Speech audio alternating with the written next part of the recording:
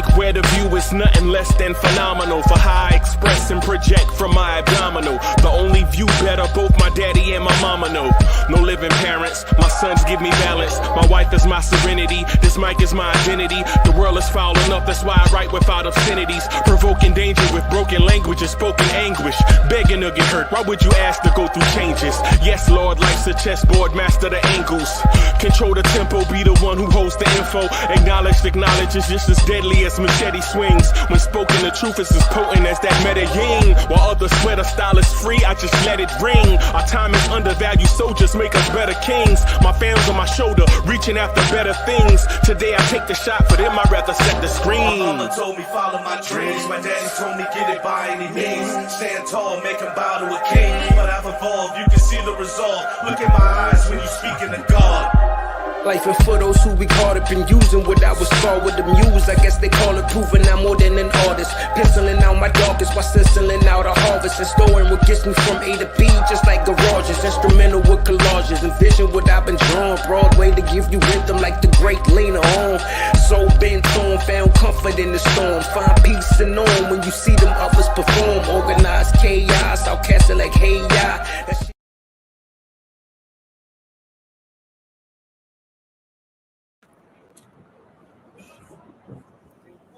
Yo, what up, man? What up? It's Hard Will. Back like 2/5, man. It's your boy Hard Will. What? You alright, man? Alright, what's up? Go get up, man. Go get up, man. I got some money for you, man. I got this phone. Let's see. The KT phone? Wireless. KT Wireless? T-Mobile, man. We on here with some bread. We're going to the Knicks game. We back like 2/5. That's Hard Will? Yeah, let's go. For the love of the game? Yeah, let's go. Why ain't never stop loving you, boy? We back. We back, baby. Thank you, man. Let's go. All right, Let's man. go.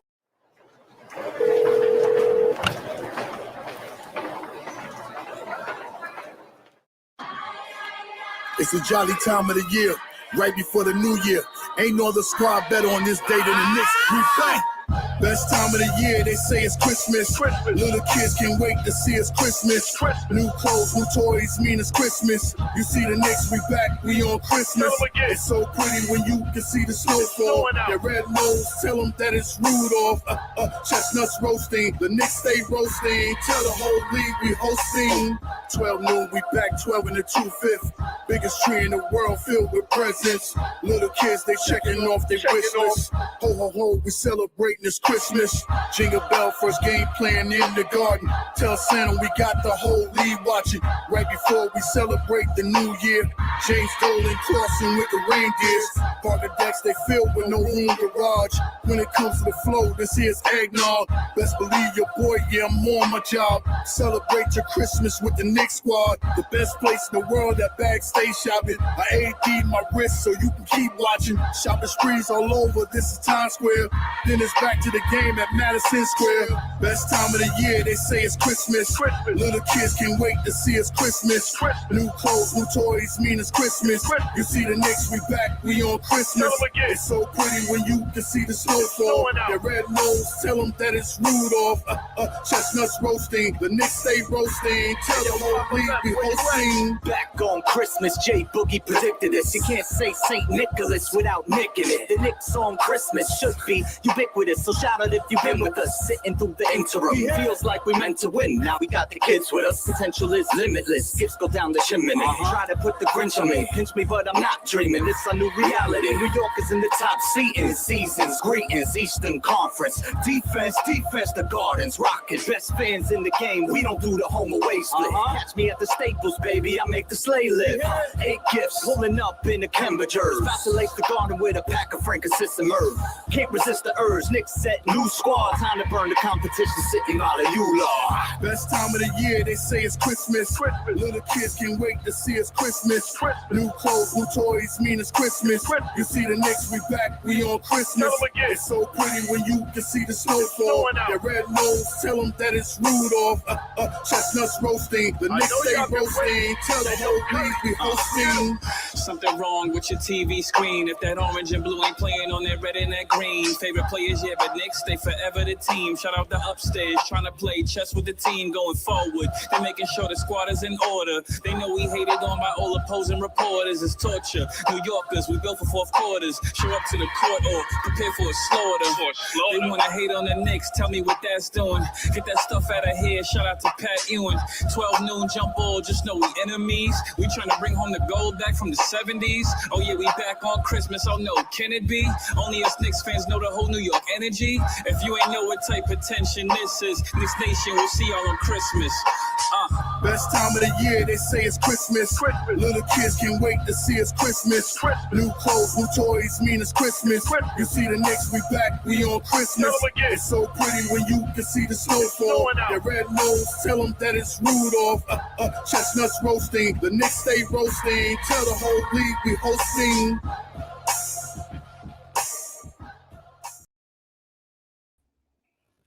Yo. What up? What's good, Freeze? Yo, you know, we ain't lost since we've been playing your Christmas joint. Nah, we ain't lost since I dropped. I know that. I just said that all over the internet. I didn't know that. Yep. And we ain't lost since I dropped pulling up for three. Yo, we ain't lost since, bro. So I ain't call to hold you up. You probably sleepy and tired, bro. You know what I'm saying? I'm about to do the Knicks at Night podcast. Matter of fact, I'm on right now. I just wanted to say that, want to let you know that I love you and appreciate you. You know what I'm saying? And think about this, all the stuff that you said about good vibes and all that. Yo, no doubt is working. Yeah, man, good vibe, good spirits, man. People would get through, you know what I mean? The team know how to fight, man. They fighting, they battling, man. You know what I'm saying? I don't even want to hear no more Levine talk. I don't want to hear. Yeah. See his face, he don't know how to fight. He don't know how to, you know what I'm saying, to get through the struggles. He a quitter. Yeah, he did. He was dejected, bro. But anyway, it's 1 o'clock in the morning. You know I'll never call you this late. It was just on my mind, man. I just wanted to share that with you. That's what I just got off of Twitter and Instagram and all that. Great, go ahead and lay down for about 4 hours. Me and the family get ready to ride out in the morning. You know what I'm saying? Try to go to Atlanta real quick. Yeah, man. All right, bro. Y'all be safe on that road, boss. No doubt, man. Blessings, man. Appreciate it. Blessings. Always, man. Yeah, man, for sure. All right. Yo, party people in the place to be. What's good? This is the number one Chief Rock and Knicks Universe, man, Uncle Freezy. Welcome to the Knicks at Night podcast. You know we about to rock. Get that energy all the way up. Get that energy all the way up. Yo, I was just chopping it up with my main man, Jay Boogie. My main man, Jay Boogie. You know what I'm saying? He dropped the joint and the Knicks ain't lost since. Take that.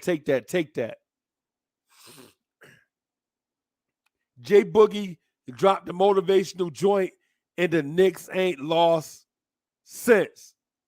Bim. Now, take that. Get that energy all the way up. Kerry Cox is in the building. Alfonso Scott, what's good? I see you. Knicks for life in the building. What's good? Man, I see y'all. DSJ is in the building. Man, Cormega, the hip-hop legend, Cormega is in the building. You know what I'm saying? Big Oso's in the building. What's good? Man, I'm getting hit from all different directions. Shout out to Demond and them. We Talk Hawks. Shout out to them. Shout out to King and Mr. Rel. We Talk Mavs. Shout out to everybody else and the homie and our family. You know what I'm saying? And y'all know what it is. Y'all know what it is, man. Shout out to We Talk Hawks. Shout out to We Talk Mavs, Globe Mavs. You know what I'm saying? GLO. Y'all know what it is. Shout out to the Blowers Tears family that represent at home and on the road. Francisco, what's good? Wiz is in the building. I should have sent you the link, Wiz. God dog it. Wiz, my bad, man. My bad, Wiz. My bad. Let me do it right quick, Wiz. Hold on. All right, hold on, man. Be patient.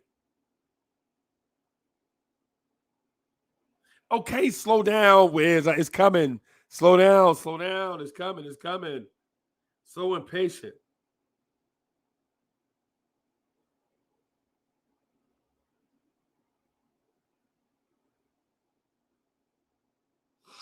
Bim, there you go. There you go. There you go. So thank you to all of the members of the channel. Thank you for your contributions. We got the Chicago Bulls recap coming your way in less than an hour, probably. It depends on the processing time and all of that. Y'all know what it is. Shout out to all the Patreons. We got the thing coming y'all way, man. We got the game recap coming y'all way. Probably in less than an hour or so. Shout out to y'all for that. Right? And shout out to everybody rocking with us on the audio podcast. So let me get this thing started, right? Y'all want this party started right. Y'all want this party started quickly, right? Y'all know what it is. Blue tears, orange tears, orange tears. And building, baby. There you go. Bim. So the Knicks, Almighty Finesse is in the building. Almighty Finesse, my guy. I appreciate you, bro. I saw Almighty Finesse supporting Rel and King and them over there on their joint. Shout out to one of the NBA GOATs. Almighty Finesse in the building, on the road. He at home and on the road. Almighty Finesse is one of the NBA GOATs on YouTube. Much respect. Much respect. Much respect, Almighty Finesse. Much respect to Selly. Rich Boys in the building. What's good? What's good, y'all? Man. Yo. The only thing I can really start with is this team is good. This team is good. This team is good. 6 in a row. We can't point the finger at Randall. We can't say RJ Barrett sucks. You know what I mean? It's a lot of stuff going on, man. No more finger pointing. You know what I mean?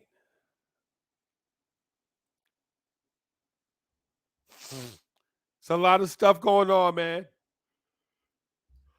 Can't point the finger at Tibbs. So the New York Knicks beat the Chicago Bulls a lot to a little bit. This game was flat out ridiculous.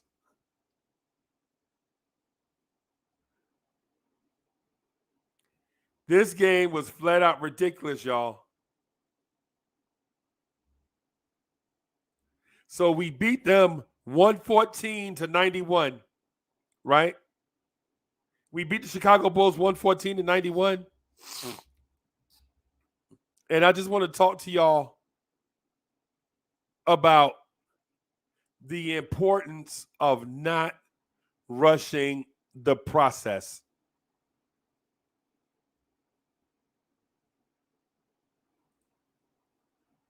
I want to talk to y'all about not rushing the process, right? Because what happens is when we rush the process, we wind up being trash.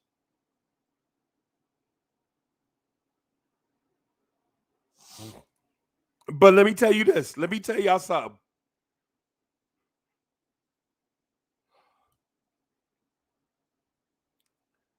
The Knicks are good.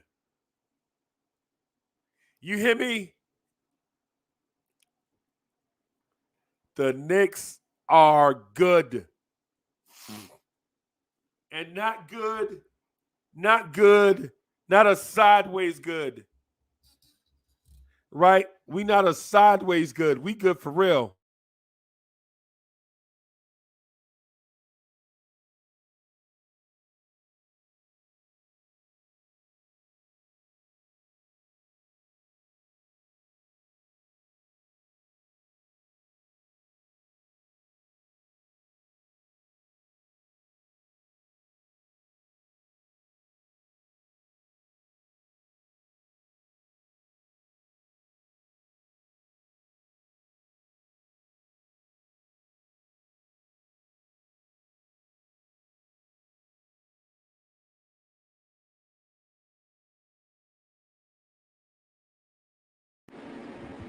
Yo, I don't know what happened just now. My computer just crashed. Just random. Yo, that was crazy. I just got the blue screen and it just reset.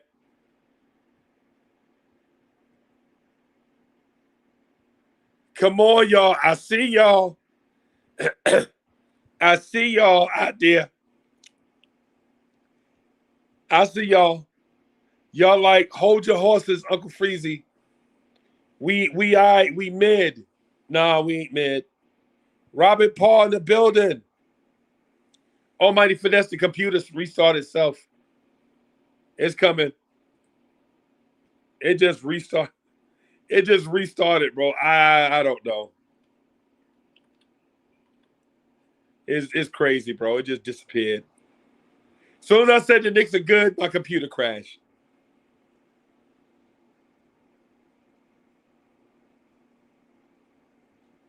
Yeah. L. Marshall's in the building.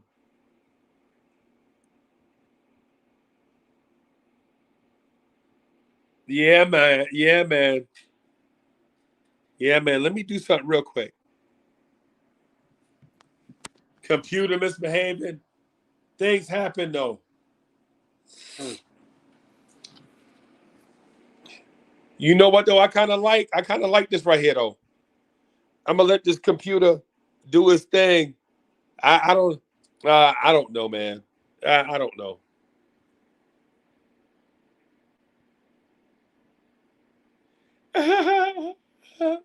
Robert Paul, hilarious. Robert Paul tell joke, man. Okay, all right. Robert Paul, celebrity comedian superstar. Yo, yeah, man. I say the Knicks are good and my computer crash. I mean, what can you do? You know what I'm saying? What can you do? Ain't nothing to it. Ain't nothing to it but to do whatever. Y'all know what it is. You know what I'm saying? We live in a real world, you know what I mean? We live in a real world, so I as this computer starts doing whatever it's doing, man, Discord is doing something here. I don't know. Discord makes me nervous.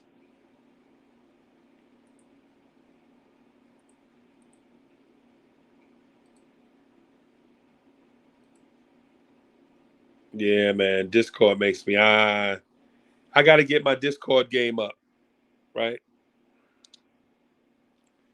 But anyways, I had all my data and stuff in front of me on the computer, and the computer crashed. I was getting ready to get into some stuff, but let me just keep it. Let me keep it a buck. All right, so let me keep it a buck. This Knicks team is really really good. The Knicks have a big three. The Knicks legit have a big three, and when the supporting cast plays,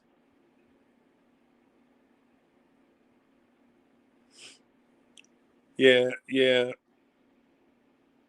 When the supporting cast plays defense like they played tonight, there's nothing that you can really do about the Knicks. I think the Knicks played maybe, and I'm gonna say this, and y'all are gonna laugh. But I think right now, say the last 2 games, you know, you know what? I'll go out there and say it. The last 6 games, I think the Knicks have been playing championship level defense. And the last 6 games, the Knicks have been playing play-in level offense. So I think the Knicks are definitely playing championship level defense, but so level offense.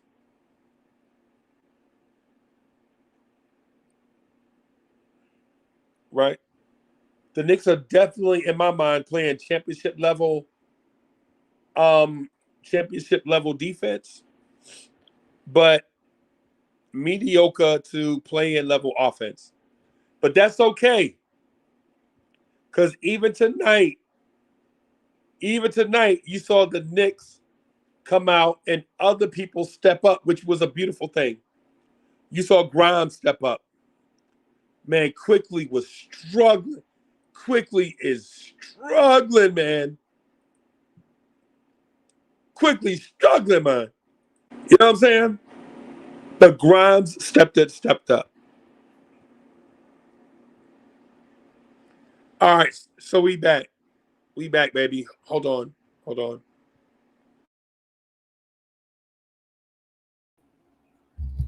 Bim. There we go.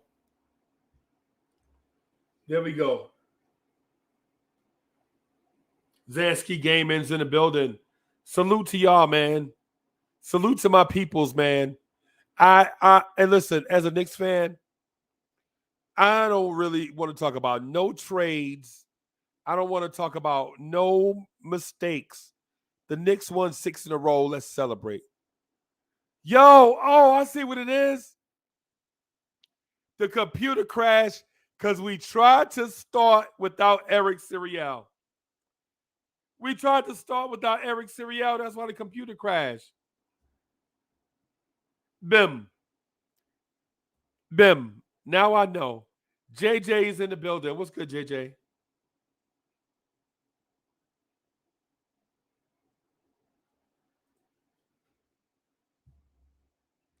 Yeah, hey, DSJ is saying, yo, don't jump out of the window.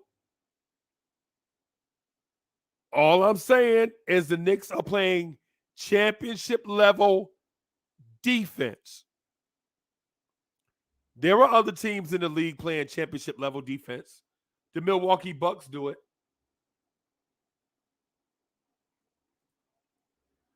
JJ says, yo, DSJ, don't be like the Knicks are good, but we deserve better, LOL. He's still right, though. He is. Yeah. The Knicks are playing championship level defense, right? So I wanted to get into this thing about, I wanted to get into the basketball aspect of things. Y'all know me, right? I want to get into the basketball aspect of things. Like I wanted to talk about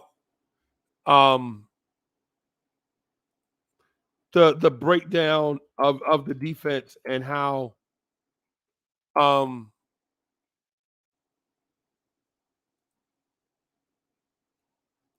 wanted to talk about just a few things, right?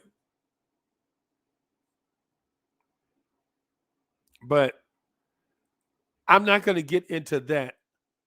What I'll do is just speak to something real specific. Oh, let me do this right here.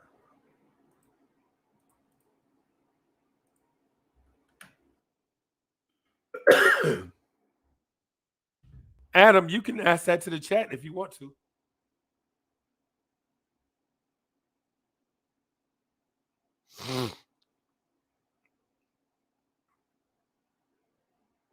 I'm getting hit up from all over NBA universe at the moment, which is strange because this time last year we felt like we was nobodies.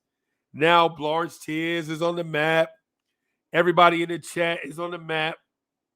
DSJ is known. Almighty Finesse is known. JJ is known. Round Knicks University. You know what I'm saying? B. Willis is in the building. What's good? It's amazing how you thought you a little small basketball channel just so that you could chop it up with your homeboys, and the next thing you know, you getting invited all over NBA universe and all that stuff.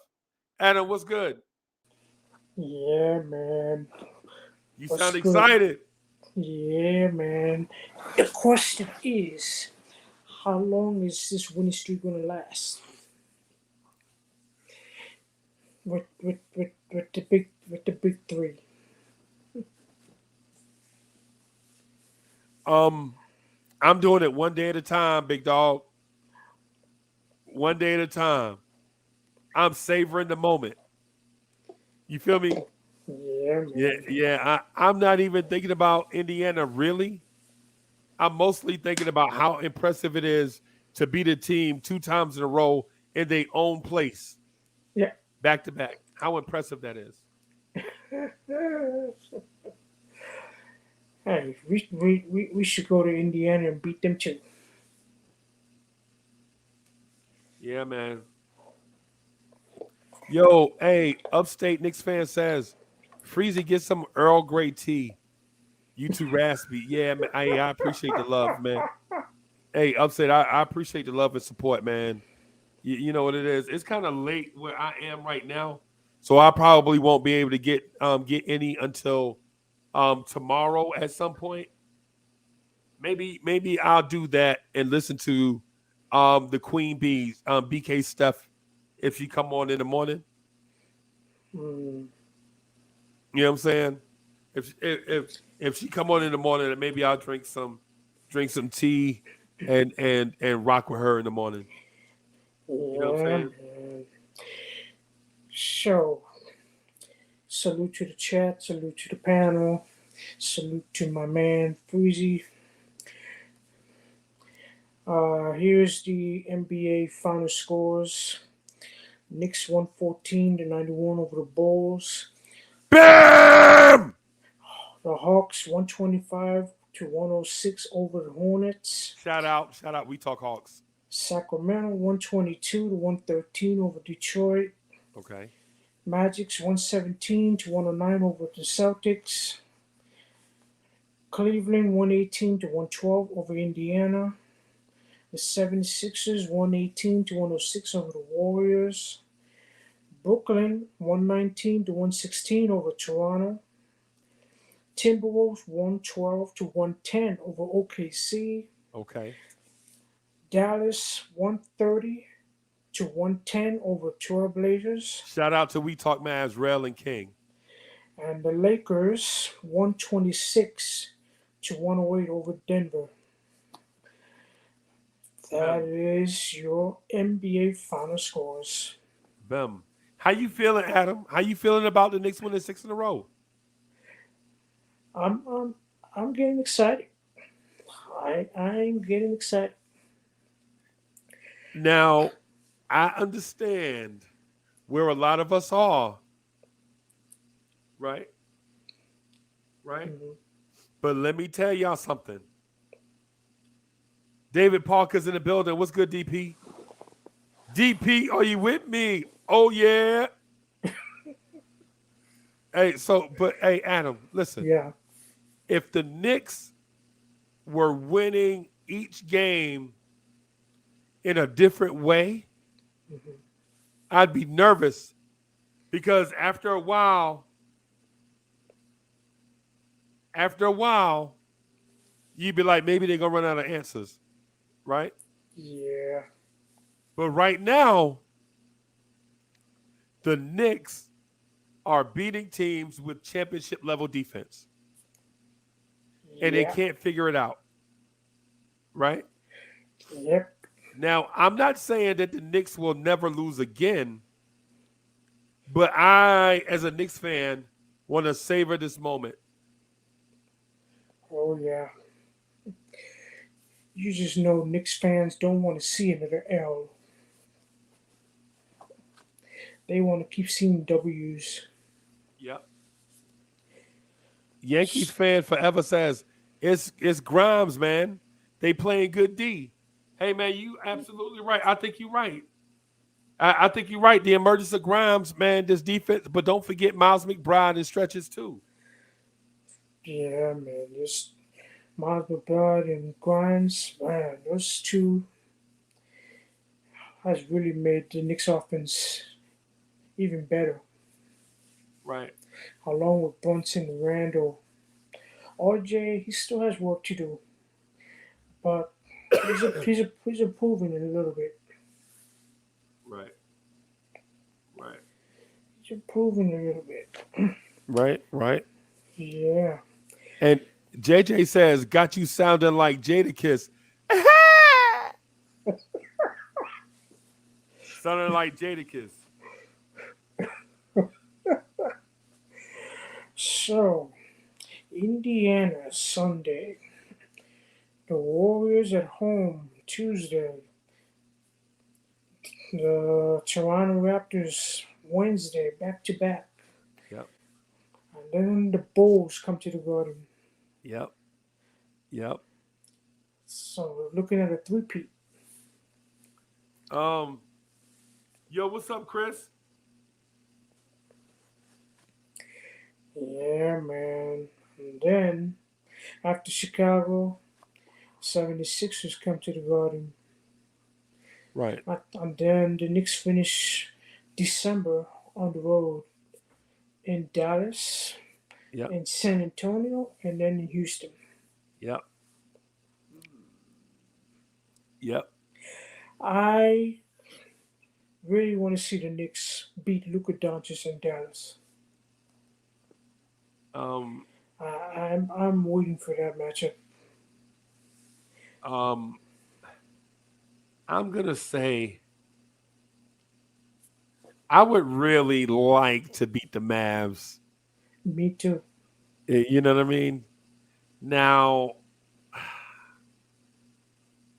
before I go that far, though, I want to stay in this moment where I'm at. Yeah, man. That's not just Dallas. I would like to beat James Harden, Joel Embiid, and the 76ers. Yeah. And we definitely have to beat the Warriors without Steph. Right. We have to take advantage with Steph out. Yeah. But the Knicks have to shut down Klay Thompson, Jordan Poole. Yep. Yep. All of that you just said. Yep. You let those guys hit their shots. It's gonna be a long night. Yeah, man. And man, I'm super duper excited about this moment. Yeah. You know what I mean? Me too. And so I finally get a chance to see Grimes. Oh boy. Here come the hot stepper. Who's that? What's up? Oh, here comes Dre. Chilling. How you, Adam? How you, Freezy? Yeah, man. Ain't Good, nothing to it, man. Dre, we gotta enjoy this 6-game winning streak. Yep. Stay in the moment because it can all come collapsing down, and then we get the hot takes and the hot reactions off of one game. Yeah, man. Bro, Dre, guess what, bro?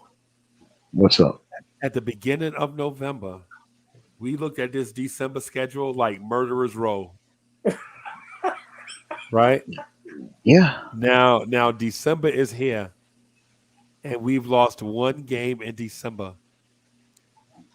And one could capitulate that the Knicks may not lose again this year. Well, we assumed it was Murderer's Row because of a different rotation altogether. Because of the names and all of this. Yeah. Like the backcourt was not the same backcourt we're looking at right now. Right. The rotation, the backup the backup guard rotation wasn't the same that it is now. No. So we're also at the moment, because Obi's out, our backup big rotation isn't what we thought it was gonna be. Right. and it's all blending and leading into what Tibbs likes to do on the court. And when Tibbs usually gets what he wants, Right. he usually wins games. Right. So it's not as much murderer's row as we thought it was As because you we're, thought it we're was. yeah, because we're basically getting something that's an attachment to Tibbs' identity, which is elite defense. Right. And we're Right. just putting so much pressure on other teams to the point where we don't even need to be a great offensive team, even though we're looking pretty good over the stretch.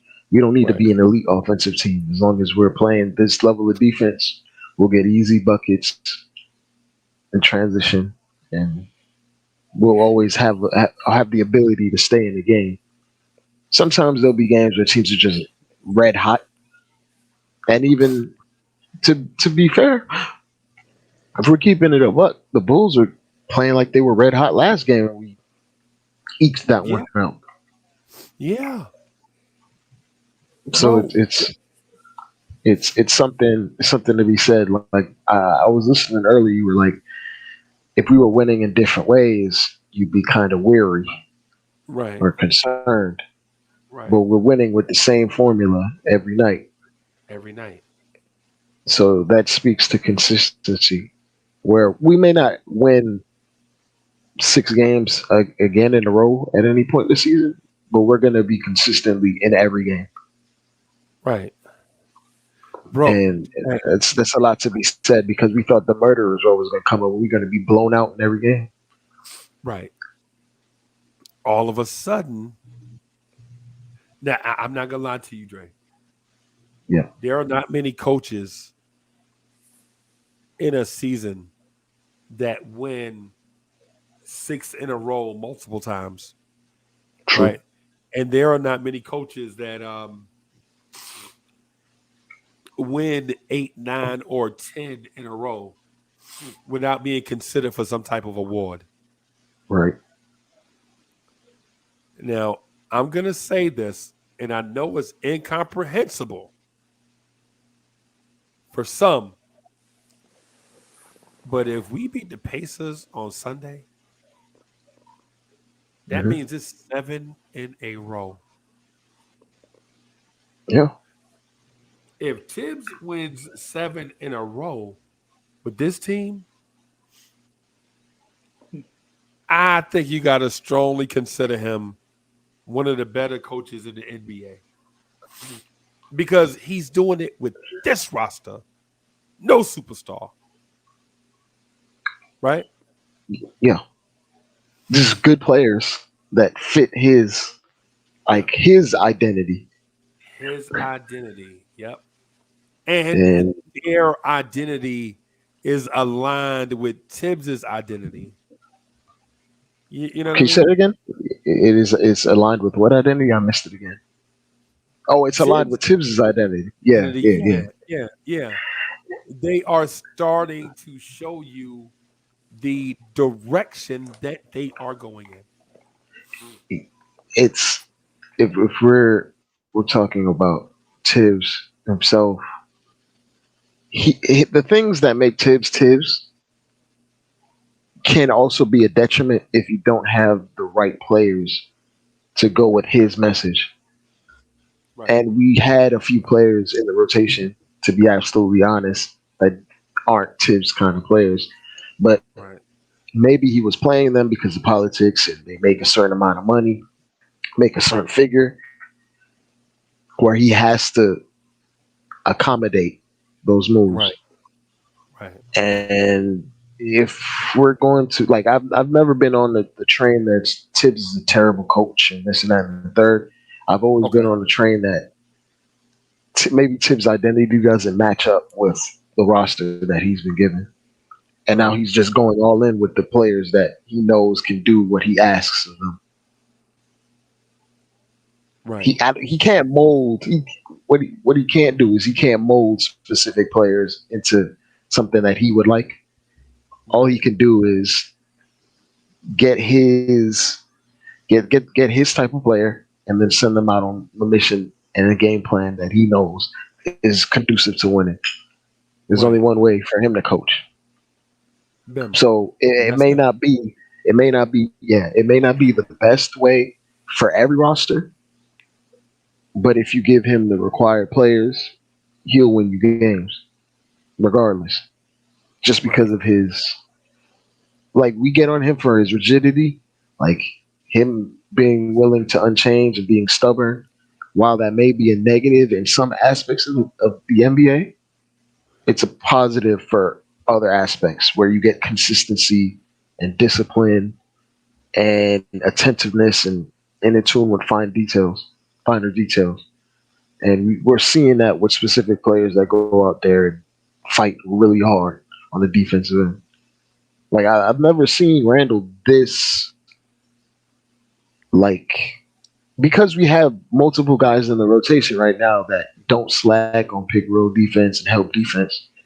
It's Right. almost making Randall feel more obligated to be more in tune and more ready to jump in passing lanes and help the Yeah. helper. And Yeah. like in this game, he got maybe 3 or 4 strips Yeah. just digging And and and of the help, and it's a beautiful thing to see. if I may just jump in right here because you made an excellent point. On one of those steals, Randall made the high IQ play on Vucevic. We pointed it out during the game where Randall was supposed to drop and protect against back doors. I'm Yeah, sorry, y'all, if it seems like I'm searching for a term, but I'm searching for a universal term where everybody can understand where we going with it, right? So Randall drops back, so the defense doesn't get backdoored. But as soon as Vucevic turns his back to the basket, Randall ran behind him and stripped the ball from him. That was a low yeah, IQ play on Vucevic, but a very heady play by Randall because he can't and it, throw that pass. The back door is not threatening with his back turned. yeah, So yeah, it that, and some of that has to do with like us playing them on back to back, and yeah, it feels like we adjusted way more than they adjusted. yeah. Like the first game was close, and this game was just a pummeling. Like we were reading their sets before That's they what you even think. got to it. That's what you think. Mhm. No. It's it. Like if we're watching the game over, if you were to watch it over, because I watched tidbits, I'm skipping through it. Yeah, yeah, yeah, yeah. We were like very jumpy on some of their actions Okay, because we already saw it before. right. And you see, like a lot of the times, Randall would come around and dig for a strip because he was anticipating because they go through the motions in their offense. And a lot of times you can read what's going to happen, especially if you play a team back to back. Right, A right. lot of the thing that's kind of good with our read and react offense is you may not see the same result multiple times over and over just Okay, because there's so many different options once you break have the initial breakdown. okay. So it's harder for them to adjust to us than for us to adjust to them. Especially with a guy like Tibbs who's about detail and everything like that. Like especially after that first game, I feel like Tibbs made a point of emphasis for us to help the helper when they go into their actions, when they go into the pinch post, and they're trying to set up a play where they have a pass out of it. Because if you saw that game, Randall dug in maybe 4 or 5 times on Yeah, actions where they were going to Vucevic, and that's like a detail. That's something that you harp in on because that's not something that Randall normally does on a game to right. game basis. And also the helper thing does not mean three players on one.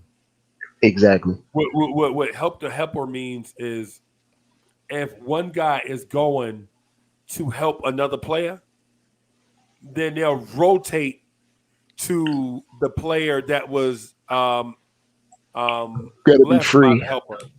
Yeah, Yeah. yeah. Because if the helper leaves a man, somebody's got to go cover that guy, Yeah. right? And So when we yeah, have like imagine high, taking somebody. Go ahead, bro. yeah, go ahead, Flizzy. Go ahead, Flizzy. I was gonna say when you have like high IQ defenders like IQ and Grimes and Deuce, when we do a lot of those things where we stretch our bigs thin as far as help. Right. They're Right. always on the backside helping and then chasing and getting right back to their man just to buy Right. enough time. And if you notice, because we do that so well, we're Right. causing offensive players to travel the ball or make mistakes Yeah. because they're seeing us fly all over the place and they're hesitating. Like for instance, Grimes made DeMar DeRozan travel in this game just off And of then, that type and, of defense. and Zach Levine. Yeah, And Zach Levine. We called it out while we were doing the game. We called out both, remember? yeah. The one with Zach Levine at the top of the If key. it We was was in the like, first half, I wasn't there for the first half. I was in the second half. I came in at halftime. So if it was in the okay. first half, then may have missed it. No, the Zach Levine one was in the second half. Okay, The Zach Levine one was when, like, right at the beginning of the third quarter, they were trying to make their comeback. I think they were up. They were down by 7 or 9 or something, and we kept going 11, 9, or I'm sorry, 10.8 point, 10.8 point, 10.8 point, and it was at 8 right. points, and then he traveled. But I just wanted to just real quick. I wanted to talk to that point that you just made about they showed more fight the first night. I even though the They made game more was close, shots the first night. They made more right. I was shots gonna the say first night. they were luckier the first night because their shit, man, they shot like 50+% and still lost. But tonight, you could tell early on they did not want to lose, bro. Randall was ice cold. RJ was ice cold. You know what I'm saying? The Bulls were in the game. We take a lead, they come back. We take a lead, they come back. It was nip and tuck for a minute. And then Grimes started hitting threes, Right. right? Grimes put away the Chicago Bulls. That should be the storyline tonight.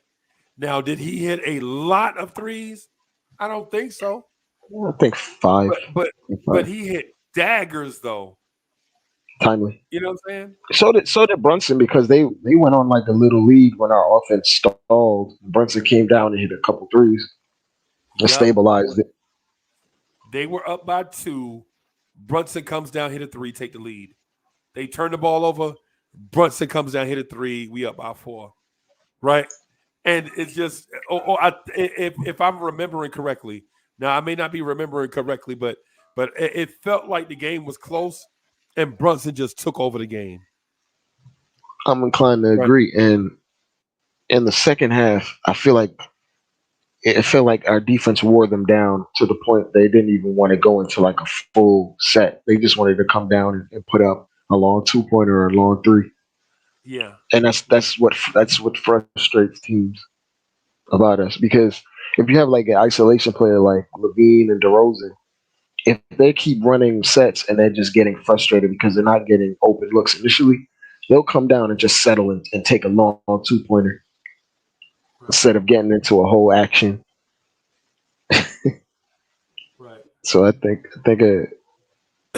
our team is just we're like a puzzling team where we'll frustrate a lot of teams, if especially if their team is like a perimeter team that Right. tries to use a lot of actions to free shooters and free on ball handlers. We'll frustrate a lot of teams. Right. We will frustrate a lot of teams, bro. They're And you know what legit though? irritants. That's what they are. Like Grimes and Deuce, like consistently fighting over screens like that is such Right. an Right. irritating feeling on an offense. And the thing too that I noticed what Tibbs is doing, and it's an excellent move. The high IQ defenders get high IQ responsibilities. The Mhm. athletes on defense just be athletic. Yep. You know what I'm saying? Now I know that sounds crazy, right? But I saw Jericho Sims make a play, right? I saw Jericho Sims make a play defensively. Yeah. I think it was what in the fourth quarter. I think it was in the fourth quarter, whatever, when everybody knew the game was over. I think this is what I think. So anyway, it led to Sims getting a rebound, right? But Jericho Sims didn't have to overthink the defense. He saw a guy shooting the ball and he contested it. Right? Now, on the surface, you know what that looks like? That's what he's supposed to do, Uncle Freezy. Nah, man. Nah. The backside action was doing all the cute NBA intricate offensive stuff. Backside cutters, dudes threatening the rim for a lob. The backside of it is a three-point shooter spotted up. The point guard is weaving through. All this stuff is going on, right? Jericho Sims, man, get the ball, and he just run there and contest. You know what I'm saying? It's simplifying the game for those who need it to be simplified for, and then you just let the other guys do the tough stuff. But that's chemistry, and I feel like I was gonna say something, but it just slipped my mind. I'll get back to you, Freezy. You have something to say? No doubt, no doubt. I was talking to Adam about the upcoming schedule. Like, you know, is this manifest destiny for the Knicks? Right? And all this stuff.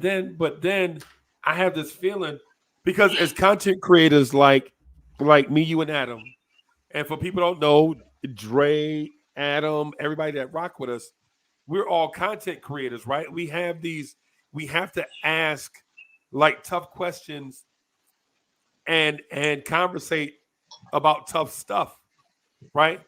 But as a human being, though, just as a human being, just as Mr. Uncle Freezy, I just want to stay in this moment 6 in a row. You feel me? I'm proud of the team. Yeah, I don't want to talk about Indiana. You know, I don't want to talk about Golden State without Steph. I don't want to think about the Raptors or the Sixers on Christmas Day. All I really want to think about is how good Quentin Grimes and Miles McBride look at being the support guys. Just thinking about how good Hartenstein looks as being a support guy. Mitchell Robinson is a support guy. Right. I want to say one other thing I noticed from this game.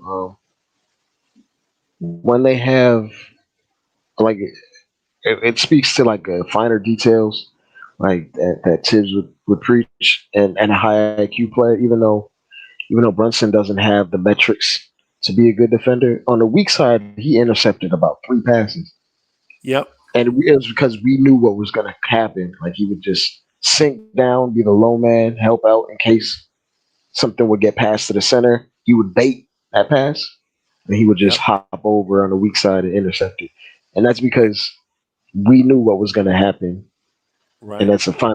It happens when you play teams back to back, but it also is like, but it also speaks to high IQ and knowing personnel and it also happens coaching. It also happens when your point guard is not named Chris Paul or Trae Young. Yeah, I've been saying this forever, and Dre just brought it up spontaneously without being prompted. Right? Yeah. Teams that have point guards that can make that pass will hurt the Knicks. Right. That's why when we made the playoffs and played the Hawks in the first round, I kind of knew we were like in a tough spot. You feel me? Because Trae Young can make those passes. Because what he'll do is he'll bait the free safety into biting or not thinking it's coming, throwing his timing off. Right? If you remember back 2 years ago when the Knicks were as hot as fish grease, we had won 9 in a row. We played the Phoenix Suns in Phoenix, Arizona. We played the same style of defense. Chris Paul threaded the needle on that play over and over and over. And he was telling Tibbs to go to zone. He was like, no lie. He's like, Tibbs, if you don't get in a zone, I'm going to get – this is Chris Paul backing up down the floor, talking to an opposing coach. Like, y'all got to get in the zone. Because if not, I'm going to do this all night. And all night, especially – and we held on for a little while. right? But at the end of that third quarter, when Jay Crowder hit that dagger on us, Mhm. I was like, oh boy. And then they opened up Yeah, the fourth yeah, quarter.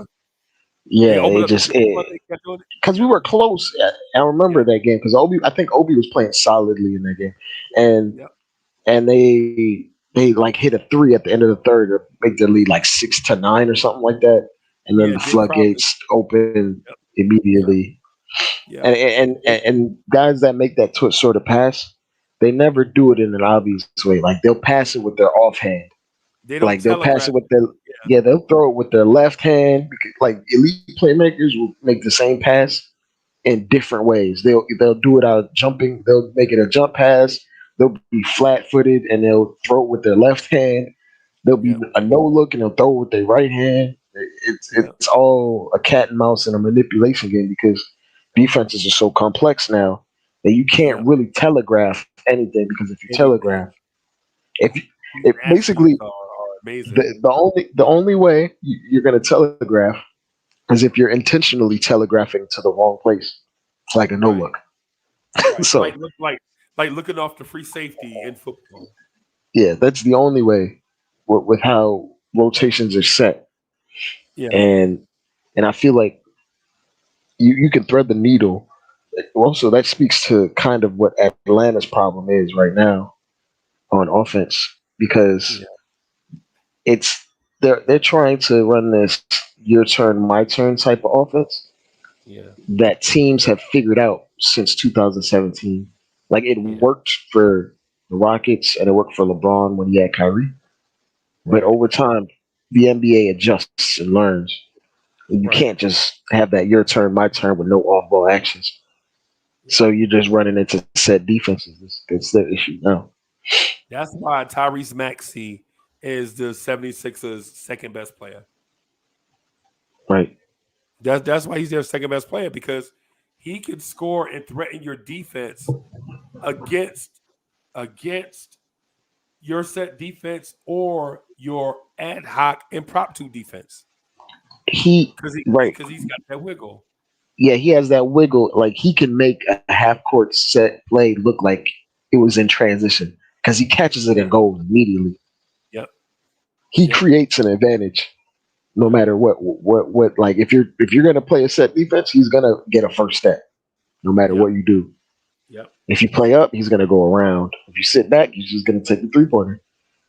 Yeah. Yeah. Yeah, man. Shout Salute to out the to champ. him. Yeah, man. Yeah, and so I think what you're saying is absolutely positively right, bro. I think Mhm. you're 100% correct. Um, I ain't gonna lie to you. I think I'm at the end of the road with my voice, though, big dog. I can hear it, man. I can hear Yeah, Yeah, it. man. man. You I'm gotta, trying, bro. you gotta rest that voice, Squeezy. Yeah, I know it. I know it. I know it. I wanted to try to rock till like 3 o'clock. I'm gonna see if I can hang in there though. I'm gonna see. Y'all mind rocking while I go get some coffee?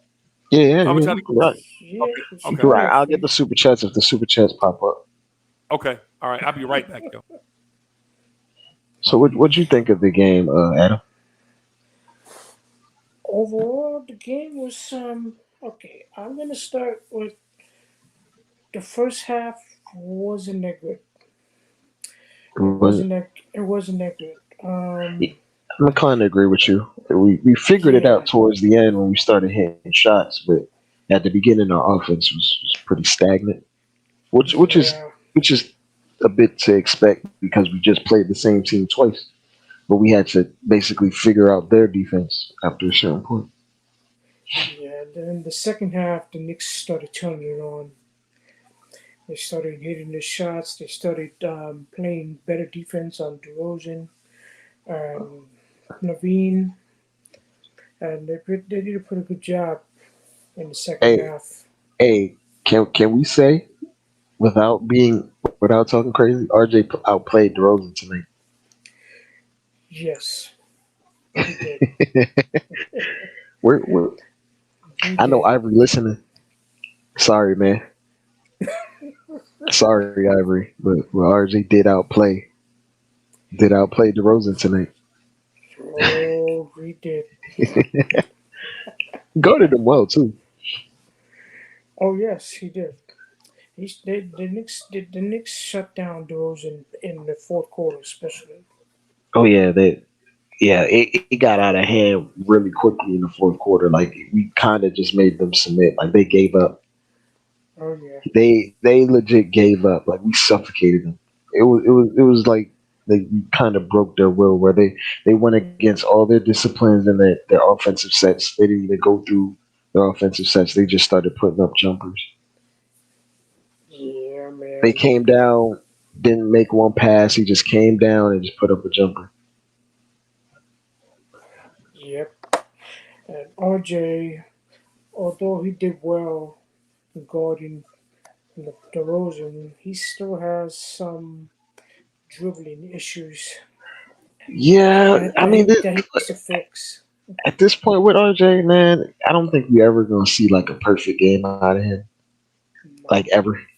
Because if it's like if he has his 3 point shot going, for some reason his free throw is gonna be off. He's gonna miss five of them for Yeah, whatever he reason. needs to work on his free throws. I don't get it, man. And the one player that was totally off tonight was IQ. Oh yeah, IQ was totally off, but Oh my that god. speaks to how much of a non-negative that he is. That he can shoot 0 for 9, 0 for 10, Yeah, and in the grand scheme, our league gets bigger while he's on the court. While he's not making anything. yeah, because eventually we're gonna need IQ in the long run, and IQ can't be shooting like that. I think something's wrong with RJ's mechanics for some reason because I don't know how he swishes some free throws and then comes back and shoots like a hard brick off the back of the rim. I don't understand. There's like no consistency with him. And it's like a game to game thing where it's like he I'm has telling you. consistent mechanics in his jumper one night and then it's Yeah. out of whack another night. It's weird, but these nights happen far less, a few in between. Now he was shooting there 80% from the free throw line, so he's slowly figuring it out. I don't think he'll ever be an elite shooter. I think that's pretty much out the window. But he'll be serviceable, at least respectable enough to the point where he can drive whenever he feels like it. Yeah. But overall, I'm going to say the second half was a good effort by the team overall. The first half, not so much, but I am happy with the win. And I feel like the effort was the same in both halves. I just feel like we wore them down. Like they just didn't want to deal with us hounding them on every ball screen and defending the paint every single time now, and then going on the opposite end and getting pummeled at the rim and destroyed on the offensive glass. Like the Knicks, if we're keeping it real, the Knicks kind of play a bruiser type of game where the longer you go, the more we're gonna wear you down. It's like almost like facing a team that has a really good run game and they have yeah, like a good offensive line and they just dominate in the trenches. After a certain amount of time, guys don't want to keep getting hit. They just saying, "You got it, bro. You got it. I'm gonna just tap out on this night." Hey, man, I seen in the chat match how none of the Bulls players scored 20. We have four players who scored 20 tonight. And every night that I see the Bulls or watch the Bulls, that Zach Levine contract looks horrendous. oh yeah, Like he's getting $40 million, and half the time it looks like he checks out mid game, and like he has the athleticism and the ability to get to the rim whenever he wants, but he settles for jumpers. It's it's kind of like he has like this. I don't want to say he's apathetic, but he just has like a careless way of playing. It just feels like he doesn't really care for this particular. He doesn't really care for this particular team at this moment. He, yeah, he doesn't care for the coach. He said funny things about his coach. He doesn't care about this roster. He got paid, so it's just like whatever with him. He got his money, so See, RJ played almost 38 minutes with 27 points, 4 rebounds, 2 assists. Uh, See, and this is why, like, I remember Ivory was here. He said put RJ on the bench. RJ is the type of player that will accumulate numbers the more he plays. He's never going to be the guy that gets you 10 points in 5 minutes, which is what you right, want off your if you want from a guy that's coming off your bench. You want that kind of microwave ability. He's just not that guy. RJ's the type of guy that'll play 35 minutes and you won't realize he has 22 points. right. And it's just like, how did he get 22? He just gets it over the course of the game. He just accumulates his stats. He isn't going to be the dominant, like like the dominant high scoring guy. That's just not him. Right. Yep. Randall played 36 Mm, minutes, 19 points, 12 Nick Yak, rebounds. Nick Yak. That sounds good in theory, but until you have your second unit and and McBride is running the second unit, I don't trust McBride to run a second unit. Even when Quickly's not running, even when Quickly's shot is not falling, he's still running the second unit effectively against other second units. Right. We've seen in the last 6 games that he's been running it effectively. I don't trust Deuce with that responsibility as of yet. He could get there, but I don't think he's there just yet. He's good at being an off ball and being the best perimeter defender on the bench. That's I don't want to put too much on his plate right now. I don't need McBride to play more than 15 to 20 high energy minutes where he's just trying to wear down the opposing team's guard. That's what I want him out there for. But Bryant was smoking. I mean, not McBride. Grind was smoking behind the 3-point line. Brunson hit a couple. Randall played an excellent game. Um, who else? Mitchell Subjective Robinson. about both sides. He's not better on both sides. He's not. He's not. I think IQ just had a bad shooting night, but on defense they're almost equals. IQ was way off. Way off. And to answer Almighty Finesse, if you trade for OG Anunoby, who are you taking out of the starting lineup? That's what I want to know. Who's getting taken out of the starting lineup if you get OG? Hmm. Because RJ's not going to the bench. Deuce is the No. best perimeter defender on this team, point of attack, and he's thriving, thriving at the two. And you know, Randall's never going to the bench. So you trade for OG, who's going to be your sixth man, and where are we going to get like a lead guard of the bench? Like Man, that doesn't. man, Like man, I would Charles, like OG. Dre, Manchild says IQ is better than Deuce Almighty, at this moment. Almighty. No, IQ is better than Deuce right now. That goes without even saying. Deuce And McBride? yeah, Well, he IQ's wasn't better great than Deuce. tonight. He I wasn't great mean, tonight. he didn't shoot well, but his defense was still fine, and he still ran the offense. Like even when he was missing, our lead kept getting bigger. And Yeah, but Keyshawn, who's going to be the sixth man? You still need a lead guard off the bench. Like if you look at most teams across the league, they all have a lead guard off the bench that provides offensive punch and can get you into your offense.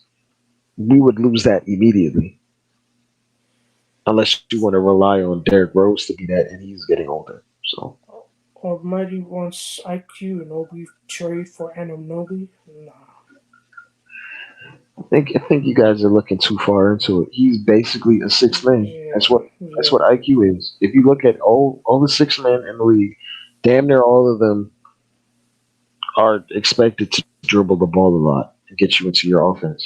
But that's what they're there for. He's there to be a microwave scorer. And Ooh. McBride can play defense.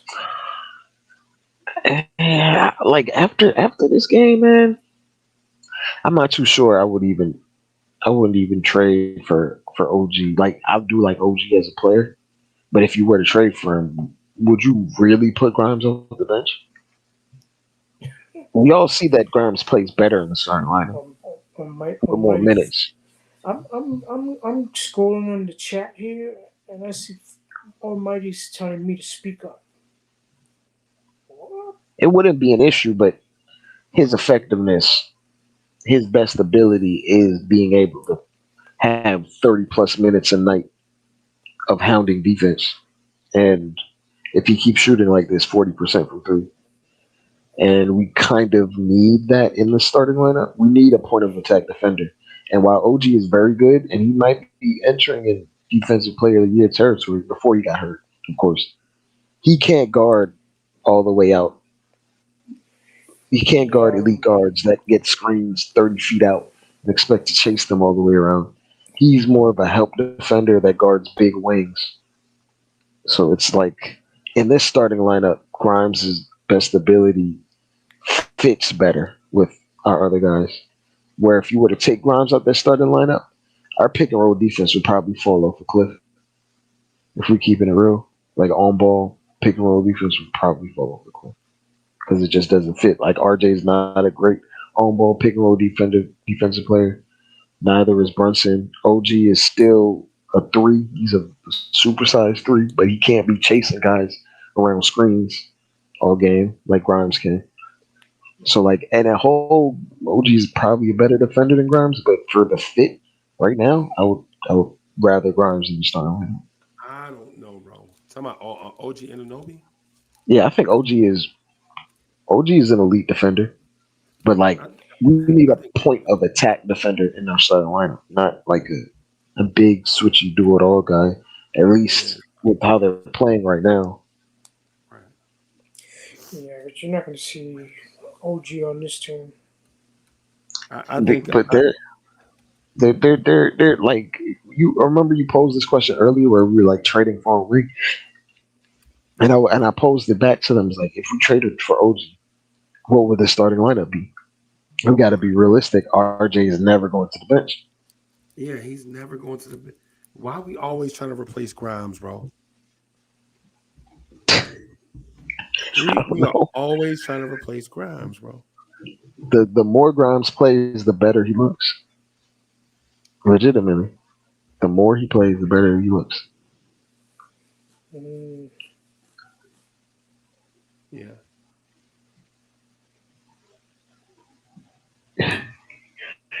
My bad, y'all. Uh, My bad. I'm getting hit up. I get hit up, bro. I get hit up like, you good, man? all right. I So mean, the reason why I say this about OG Ananobi is not because I dislike him, because I do. I was one of the first people in Knicks universe to even mention his name. Back when people was calling him Aguanabi. Back when people was calling him Aguanabi, I was pounding the table for OG Ananobi, right? So that'll let you know. And Dre, listen, listen. You know I'm not a BSer, bro. You know I'm a basketball fan. You've been yeah, around me long enough to know that you can only fake the funk for so long about basketball before you get exposed, right? You, right. you know what I'm saying? When you ask me about certain things, I'm Hmm. like, I don't know about the drop coverage aspect of it. This is what I'm thinking when I say, you know what I'm saying? Like I always try to Hmm. answer, like I legit try to, as I try to doctor up this coffee, yo. Yeah, I know it's like early in the morning and I'm doctoring up coffee, so you know what that means. It's about to get lit. It's about to get lit in here. So, but but the thing is about OG Ananobi is when you get him, you gotta replace Grimes. And my thing is, if y'all hate when I call Grimes a ham sandwich, and not you, Dre, but if y'all hate when I call Grimes a ham sandwich, why do y'all always try to replace him?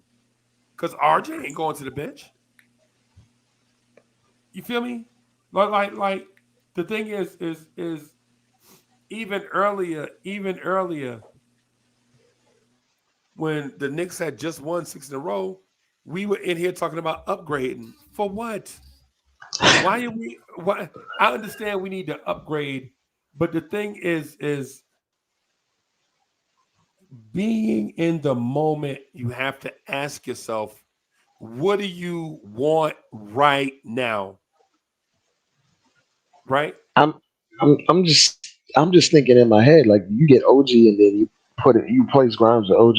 We'll see a lot more nights where RJ's asked to guard John Morant to the league, and then we'll be down on RJ because he can't keep up with those types of guys with ball Right. screens over and over. Like But, the, but the but the thing is, Grimes' right? job is What do you so want though? unsung. It's taken If for you're going to granted. get him, but if you're going to get him, what do you want? What are you trying to accomplish? Is this team championship ready? No, it's not. So why are we making the finishing moves on a team we know still is not championship ready? Right? Why not let Grimes and McBride play the minutes? Let Quickly and them play the minutes, and let's see how far this thing can go without making a move. And then if we get to February, and say if we get to February and we're 17 games over 500, right? Which is not Right. a stretch. That's not a stretch. All that means is the next 25 games. That okay? Well, it is a stretch, right? But let It me is a little bit. let It'll me be say like it. Let me going let me say fifth. this: Well, it'll be like going. I don't know. What are we 15 and like? We're 5. six. Yeah. Yeah. It'd be like going 15 and 5 or something, right? Or it'd be like no, it'd be even worse. It'd be like going 15 and 0 because we what 3 games over right now, right? Yeah. And for us to get to 18, we have to be like 20 and we have to be 18 and 2 over 20. Yeah. Yeah. Yeah. Yeah, that's unrealistic, right?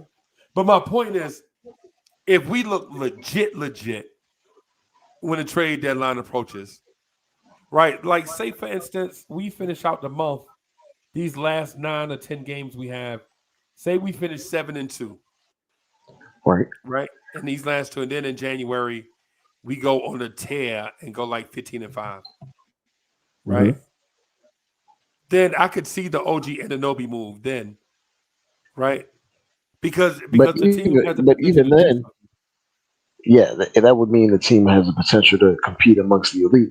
And even then, if you're doing that, that would mean a lot of players, a lot of our young players are playing at such a high level that their value is sky high. Right, Where you would get someone better than an OG Anunoby if you were right, to trade anything. So right, then it would just be like a middling move at that point. right. See, but you don't know because what if you get them and it backfires? I'm What if you get OG, you start him over RJ, Grimes coming off the bench can't find his rhythm. Now Grimes goes back to the guy he was when he wasn't a starter, right? But you got yeah, OG though, but you just mitigated Quentin Grimes's potential, and you don't make the playoffs, basically. or you don't make a serious run. I would And say, then listen, then then what did you do? You just kind of ruined the development of some players because I'm some of crying. these guys just develop better when they're on the court. It will just be pushing more back guys back in the rotation. Right? I don't think the Raptors are in a rush to trade OG anyway. So No, I don't think so. Why would he's they? hurt at the moment. He's And hurt right now. man, he's always hurt. Exactly. Yeah, he's always hurt. And the Raptors are 13 and 16. So they should be about what? They lost They're four in 3 a games row, Raptors. and they're 3 games behind the Knicks, man. 3 games. We hadn't even played the Raptors yet. They can make up that by just beating us 4 times. You know what I'm And they saying? always they always give us issues with their Right. length and their We're, athleticism. we're playing the Raptors Wednesday Right. coming up. We'll see. It's a Victor, I back to mean, back. Fred Van Vliet has woken up recently. He scored 39 in back-to-back games, but they still lost both of those games. Yeah. Who would you rather have, Brunson or Van Vliet? Oh, Brunson for sure. What? Yeah, I mean, Chat, chat. Who would the y'all rather funny have? the funny part the funny part about like we're talking about IQ in the chat. What's his name? Fred Van Vliet's like shooting splits mirrors IQ shooting splits. Terrible. It's like 40% or under 40% and like Yeah. less around 38 from three. And he's not a very good finisher. Yeah. Like the Hey, bro, like on and this offense, the is only part that's missing from Brunson's game is maybe like an off the dribble 3-point shot, which he showed tonight. So there aren't very many holes in Brunson's offensive game, his hey, offensive repertoire. and chat before some of y'all go tell BK Steph, I said I prefer Fred Van Vliet over Brunson. I did not. I asked y'all who would y'all prefer, right? And then when Dre said who he preferred, I said what? But I never mentioned because you got to have Brunson over Van Vliet, right? Yeah, The only reason why it's even a conversation is because Fred Van Vliet was not a winner in high school or a winner in college, but he was a winner in the NBA. And that's the most important thing. I don't care about your high school winning the championship. I don't care about your college winning the championship. I care about winning the Larry O'Brien trophy at this stage. that's fair. I mean, you could say Giannis never won anything Right. internationally or otherwise coming up, and it's not necessarily where your resume doesn't always dictate where you're going to go or your Right. skill set or your ability. Yeah, Van Vliet is an Um. NBA champion, a very integral part to it Yeah. Yeah. because I'm. they A, were. I want to. Go ahead, please. I want to make you laugh about this team, right, bro? If the Hornets get Victor W and Lonzo Ball together, Oh my Lamelo Ball, god! Lamelo Ball together. Oh I'm sorry, Lamelo. yeah, man. If they get that, they say that dude is 7'5". Now you know how it is with the height with overseas players, bro. But But even then, he's probably 7'3", yeah, yeah, which is yes, absurd. yes. And it just that would be one of my league pass teams, like one of the teams Yes, I'd be just watching just the. I don't even care. It would be like watching the Magic. Well, the Magic are winning right now, but it would be like watching the Magic just to see the freak athletes on the court doing right. futuristic NBA stuff. And bro, and I would say, bro, if the Orlando Magic get Scoot Henderson, bro, it's Oh, they over. they they could just get rid of all of these point guards. This was besides Suggs. Suggs has the ability to be off guard and on guard on ball, but He's the they can only get rid dude of that I'd be Markel. willing to trade for. Yeah, like you got to get rid of Markel Fultz, Cole Anthony, all these filler I six mean, man type guys. you could keep them, but they can't start. Yeah, Scoot yeah. Henderson Cole has to be Anthony a can't backup. start. Right, Yeah, right. Cole Anthony cannot start. He has to be the spark plug, 6 man guy, and he Yep. probably feels he's better than that and would probably leave by that time. Yeah, he gives me Austin Rivers vibes, bro. He does. Well, Austin Rivers, his starting the league was absolutely horrendous. I think like Yeah, one of the worst rookie seasons ever. yeah, yeah, yeah. Lamelo and And I'm not Scoot would be interesting. Someone said in the chat, Lamelo and Scoot would be interesting. Melo and Scoot together. I don't know. Scoot is so ball dominant, bro. Can Lamelo deal with the ball not being in his hand? That's true. But if we're keeping it, they say like Scoot has a feel for the game. Like he almost He plays like does. an athletic Chris Paul. And Yeah, while Chris Paul is ball dominant, he has the field and knows how to play on ball. Like right, he's done it with the Rockets and he's done it with the Suns. bro. Bro, I ain't even gonna lie to you, bro. this summer is going to be so fascinating in my mind. The Right? summer league is going to be crazy. Summer Yes. league is going to be crazy. I might actually go to Las Vegas for that. Yo, we For going, this bro. draft class. For this draft class. We going. Rob the Nick and Jay Boogie and Subliminal 209 and everybody. Yo, we already committed to going to Vegas for the summer league. My only deal with that is, man, I'm taking so many trips out of town, bro. I don't know Yeah. if I'll be able to afford to do because I also want to go to the NBA draft. The NBA You draft? know what I'm saying? Yeah, the Right. NBA draft. Yeah, you know what I'm saying? So for me, that's a trip. For y'all, that ain't Yeah. nothing. It'll probably be in That's right Barclays. around the corner. Yeah. But for me, you know what I'm saying? It's a, you know, Have you ever done the draft before? Or this would be your no, first? Would this be your no. first? Never done it before? That would be my I went, first. I went to a few of them. I went to 2018 and 2017. Freeze, you want to make That's sure cool. the front office gets some good picks, right? Yep.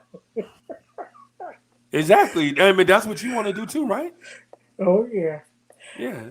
I can I'm imagine gonna give Freeze's. Walt. I'm gonna give Walt Perrin some credit, man. He in the last 2 years he's drafted damn near half our rotation right now, our current rotation. Okay. Okay. The last 2 years, half our current rotation is Walt Perrin picks. You know what you know who I'm concerned about? Who Trevor Kills. He, I bro, think he looks he awful. he looks awful, but I want to say I saw one of his G League games and feels like he has some transferable skills. Like he at least has had a game in the G League better than anything that guy from the Washington Wizards has had. Yeah. That guy looks terrible. Bro, and Knicks fans, Dre, all summer. I don't know if you were here. I can't They remember. wanted him bad.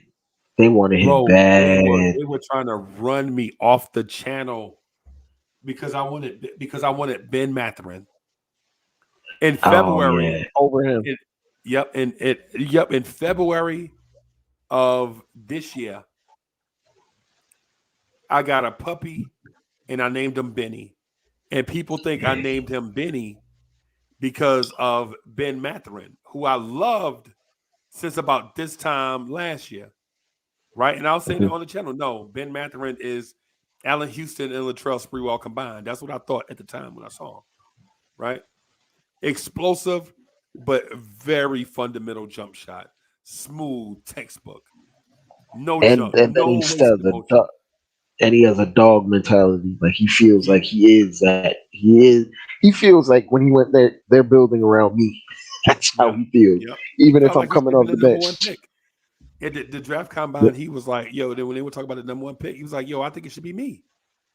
I was like, oh, all right, kid. And see, That at the time, you know how you that try to say the right things? yeah. He was like, nah.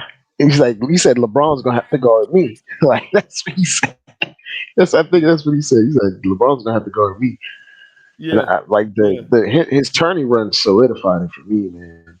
Yeah, man. He was super efficient while being very aggressive Yeah. and like an And so people, impactful player.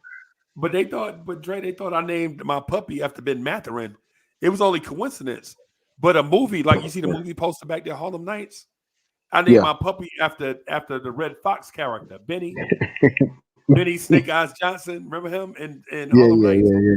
Yeah, yeah, That's who yeah, yeah, I yeah. because I was gonna get two, and Miss Mocha was like, "Nah, you can't get two puppies. You can only get one."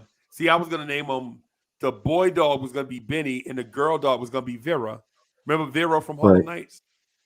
right. But she was like, you know, the Lawrence Tears didn't know that. They thought I named them after Matherin. So anyway, long story short, we don't get Matherin, and I'm mad, right? Right, and so months leading up to that, Subliminal 2 would ask me every show on the Knicks at Night podcast. I mean the Knicks after party on Thursday nights at 11.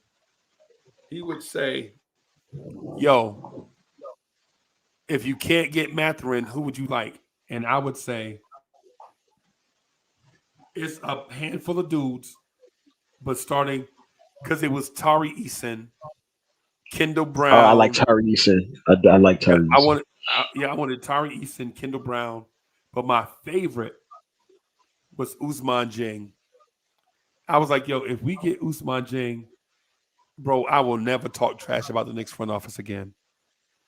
Right. And then we drafted him on draft night and traded him to OKC. That had to be a gun punch. Like you saw it, and then you saw the alert a few moments later that they traded you. Yep. It I don't was, know, bro. yeah, Like, would you have like for as elated as you would have been if you took Uzman? Would you have been as frustrated if you took Johnny Davis? yep, yep.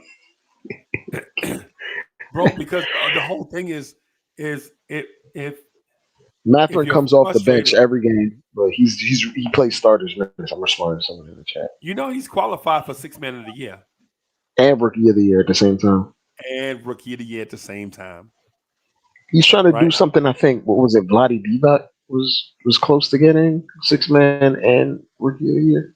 Yep. I think Yep. that's the only guy that's been close to get Yep. both. Bro, and so the thing with the thing with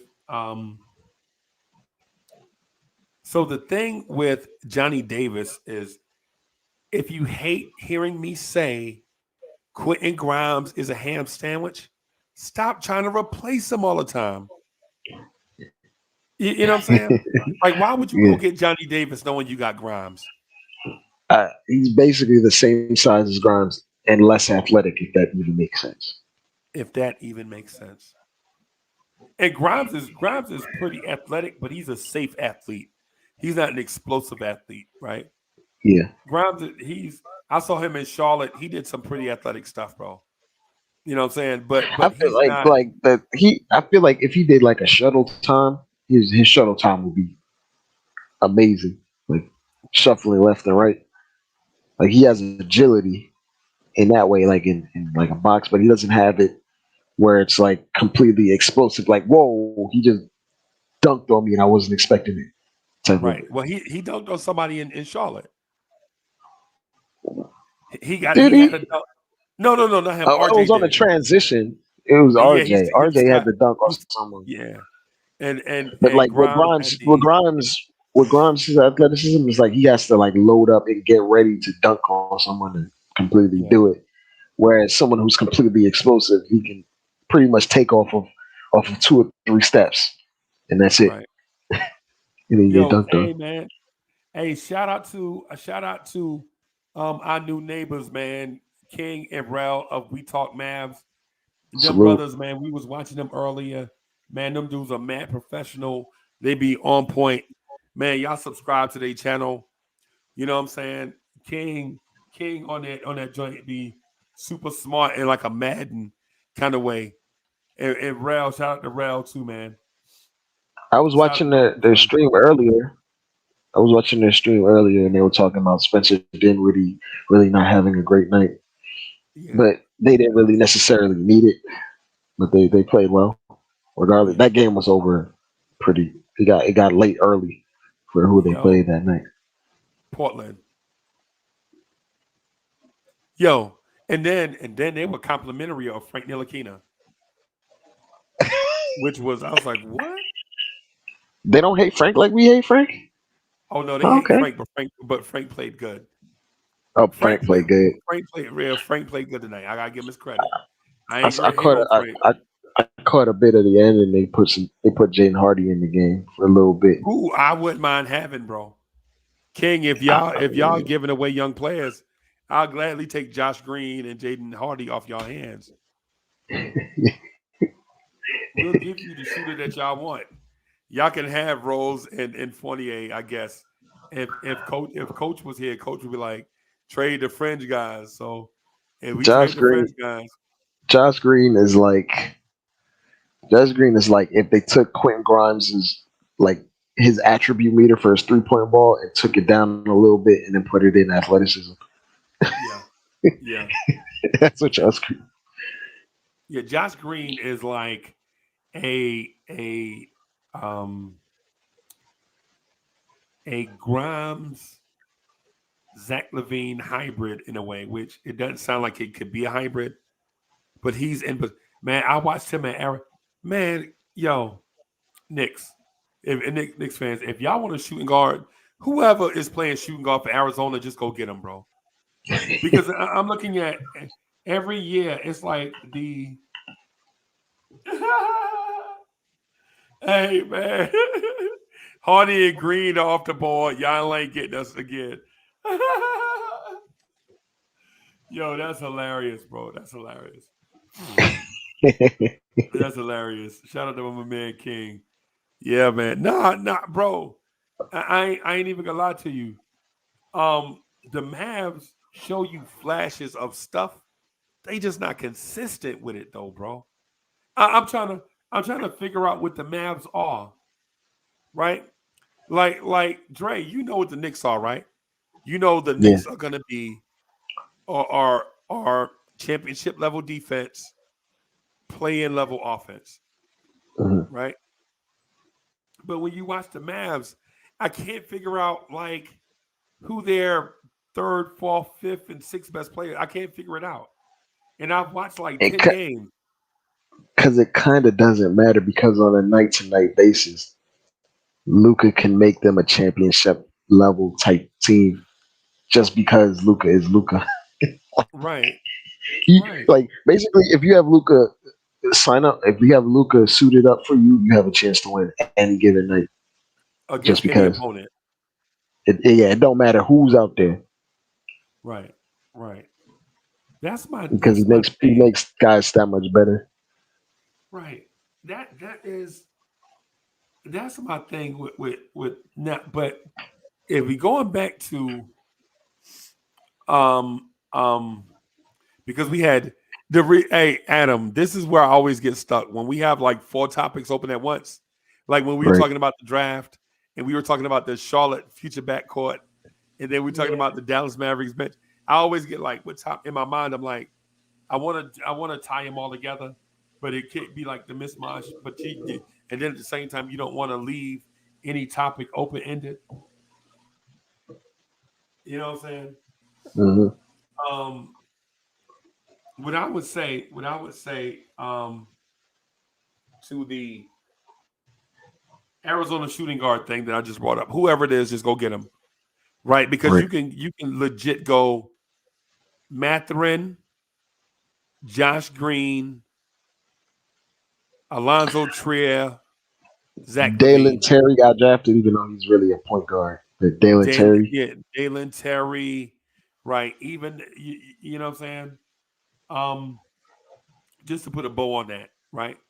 hey, Also, I got one for you, Kadeem Allen. Kadeem Allen. Kadeem Allen, yes, sir. Yeah, yeah, Oh man, yeah. Also, if you're the Knicks, I don't know if you, for chemistry reasons, I don't know if you trade Fournier and Rose.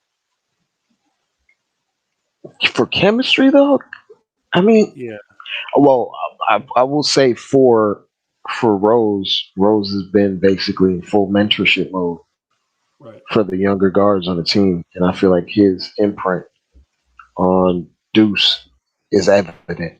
Like he's helped put a battery in his back where he's maintaining right, confidence, even if he's just playing 15 minutes. right. I He's saw him putting talk up a to him more in productive 15. Say that bro. again? I saw him talk to him in Charlotte, Yeah. bro. I saw him talk to Deuce in Charlotte, bro, and it was like one of them legit. Um, I want to say it in a way without having people go over the edge. Right. Pass the baton moments. Right. It was one of them legit. It's your time now, rookie moments. Even though Miles Um, is not a rookie, you feel me? It's like reassurance, putting the battery in his back. Like you've Right. earned your place in this league. Now just play like it. Right. Hey, Mike. Hey, Mike Edmonds. I'm with you, bro. Please let's stop trading players that we do. I'm with you. I want to see how far this thing go. So, Mike. I don't know if you heard my take before, if you remember it, right? But at the beginning of the season, when everybody tried to hold me down, pin me down to make me make a decision, I was like, "Yo, let's just play out this season and see where it goes." Right? Let's not do Right. anything major. Let's let the season play out and see where it goes, and I'm okay with it either way. That's what I said before the season started, right? During the ebbs and flows of the season, situations have changed. There have been dire straits moments, and then there's been adulation, you know what I'm saying, moments like the 6 game winning streak. Hmm. So what I want to say to Mike Edmonds is um I agree with you. I don't want to make a move, right? That's Uncle Freezy's take. Now, mind you, mind you, I'm a moderator. So when others talk about stuff, I have to engage in that conversation with them and go down that path with them to expound on the conversation and have a fruitful conversation. So Right. when I'm moderating, I'm net neutral. I'm neutral down the middle, right? But I stated my as a person, as a fan, I stated my point before the season, right? So sometimes in moderation and not in levels. Well, I guess it is in level. In moderation, you'll hear me go down the road, to um to Understand. fill out a conversation. Yeah. Right? Like sometimes people don't know how to eloquently state what it is that they want to say. So I get in the conversation with them so fans can understand where a fan is trying to go with their thoughts because everybody is not a great speaker in a public setting. So you Right. go down the road with people and help them build out their thing, right?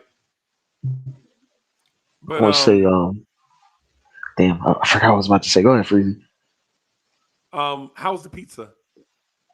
Oh, it was fantastic. It was just pepperoni.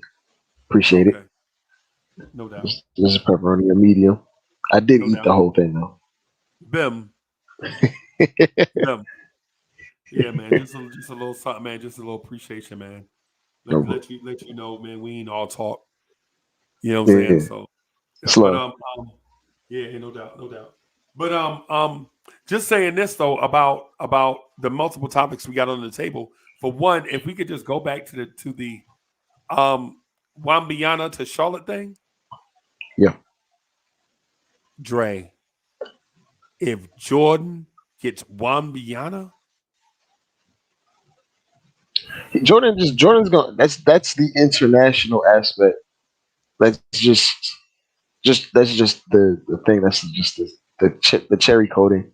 It's just the coating on the top right, because he's not only is he a phenom, he's an international phenom, which bro, which would just help his branding, especially the Jordan brand, because he's gonna put him underneath Jordan brand immediately, bro. just like he did Luca. Jordan Brand by itself makes $800 million a year, right? By itself. Not that I'm talking about Nike cut the check for $800 Yeah, million by itself. And I think Jordan get like Mike Jordan, I think gets like 550 of that, right? Every year. It's crazy. It's bananas. Right. I saw a CNBC thing on it or something crazy. Right. And this was like 2019 is I think when I saw it. Right. Bro, Charlotte is only missing one thing, and that one what is it? thing is Victor Wambiana. It it would it would be like the inside up. Well, he's an inside and an outside player. I was going to say it'd be like an inside outside Right. factor with him. And could you imagine them on a break? No, I My can't imagine God, that. my brain would Oh, reverse itself inside. My brain would legit go inside out and just fall out. it's like we're Because seeing for some of the stuff. one, who's leading the break? Exactly, we're seeing some of the stuff that we're seeing from Bobo, but this guy is way more fluid than Bobo And faster. And and stronger. faster and stronger. I think 6 or 7 NBA GMs said if they drafted him, they wouldn't submit him to the pounding of the post yet. They'd play him at the 3. The three? Oh, okay. I mean, because fours now don't really play out the post, with exceptions like Julius. Right. Because most threes are trying to live out by the perimeter, just because of the way the game is going, where they're making them 3-and-D guys type now. But I would. Well, you see Laurie Marketing play the 3 in some Right. arrangements. He played a ton of 3 last year, and he Right. plays 3 in some arrangements on the Jazz now, like closing out games. They Right. closed out a game last night with Kessler Edwards, not Kessler Edwards, but Walker Kessler. Walker Yeah. Kessler, Lowry, and that other shooter with the long hair, Kelly Olenek. Olenek. Olenek. You Olenek, can't yeah. spell They Olenek closed. without NYK, bro. There we go. They closed out a game with a 3 7-footer lineup, Yeah. and he was Yeah. playing a 3. So with his length and his agility, it wouldn't be like a Kristaps thing where he was awkward on the perimeter. Like, he's not awkward on the perimeter. No, because he's And got even if he handle. gets beat, and even if he gets beat on defense, it's what is it, one step and putting up an arm He's for him? Stretch Armstrong. Yeah, he's Stretch Armstrong, bro. He's not a real person. He's a Right. video game character. Yes. Because Bro. everybody we've seen in NBA history that's been that tall, stiff, complete Yeah. stiff or brittle. And They no just look like handle. they no handle, no fluidity. Right. They're like muddling. Like they take one step and it takes so much energy for them to take another step. Like, this dude Yeah. moves like a gazelle. Legit Yes. grace. And for that reason, I'm not trying to put weight on him. Right. It would just I'm not make it would make him not be special anymore. He's gonna right. put on weight naturally over time Naturally, grown that would man fit weight. his Yeah. frame. Yeah. But like, it's almost like Kevin Durant. Like, Kevin Durant put on weight, but it was a lot of it was into his base, Right. not necessarily up top. It was just so he doesn't get moved off his spot anymore. That dude is no Because lie. Kevin Durant is what, 240, 245? yeah, 245. And still looks razor thin. When you look at Kevin Durant, like his lower half got way heavier because he what he tried to do in his earlier years when he was trying to get to his spots, smaller players would just move him off his spot, Right. and he couldn't do anything about it. And then he figured, okay, let me get my base right. And as he got those Achilles injuries, when you recover, they tell you to get your base even more right. Right. So Right. That's what I'm doing he when I start back, get in the weight room. right, because that's the most important thing. And when you get your base right, you can't do anything with Kevin Durant. Before, you could just push him. Yeah. You could push him all the way out to the perimeter and get up under him. But you do Right. that now, is just like, okay, I'm just gonna turn around and shoot over you. The same And thing if with you do push Pokusevski.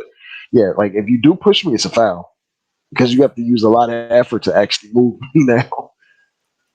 So Yeah, so what do you think? Pokachevsky is an interesting prospect as well, but What do you he's very what do light. you what do you think about him and Chet Holmgren together?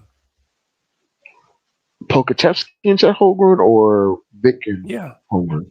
No, Pokusevski and Holmgren. Pokachevsky is going to have to play the 3 because 4s might actually be too heavy for him. But his length and ability to recover might be able to harass 3s on a game to game basis. I think he's a legit 7 foot. Yeah, He he doesn't is. look like it because the way his gait and how he plays, he hunkers down and he crouches a bit. So he Yeah. damn near looks like he's 6'8" out there. But then when you actually see him next to someone, like when he tries to make an athletic move or like block a shot, he's like, oh, he's really 7 feet out there. He is really 7 feet. And I feel like the coach has like experimental rotations. So like on Pokachevsky on the Thunder, one night he'll play 35 minutes, and the next Yeah, night he'll play 5 yeah. Because they because they're like just also trying like to. Kenrick Williams. They also like Kenrick Williams. He a hustle guy. They like Jalen Williams too. Jalen wins the baller. Yeah, he's nice. Yeah, He's nice. yeah. They got some talent over there for sure. I'm gonna say this about um the Knicks young core Mhm. because I know a lot of times we have the fascination with other teams' young core, and it's Right. not fascination really. It's only just basketball. We just talking hoops, right? It's not like I'm begging them to trade Randall for everything OKC got. No, I'm just Mhm. talking. We just talking hoops, right? Right. Man, you talking about Giddy, Holmgren, Pokasevsky, SGA, bro. They mess around. They gonna mess around and get another guard, and I can see OKC jumping ahead of the pack to the playoffs. And they like if you notice that they're biding their time right now because they're winning games by accident. They're 11-18 right now, and they don't even Right, know how to win games for real. Besides right. SGA, so it's like they're when they have their team, it's almost like when the OKC first picked those three, their big three. Yep. What's his name? Their GM at the time figured, okay, Sam Presti. now's the time to let's add some vets, sprinkle some vets around them. Yeah. And I think they were going to lean towards it this year.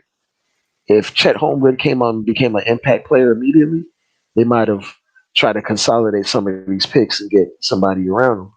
But now it's Right. like, okay, might as well just play it out, figure out who's going to stick here for the long term, who's going Yeah. to be this, that, and the third.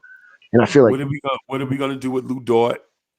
yeah, That's something I they feel have like to figure out. this offseason and this offseason upcoming and going into the deadline for next year is when they're going to make their move to try to be a competitive playoff team year in and year out.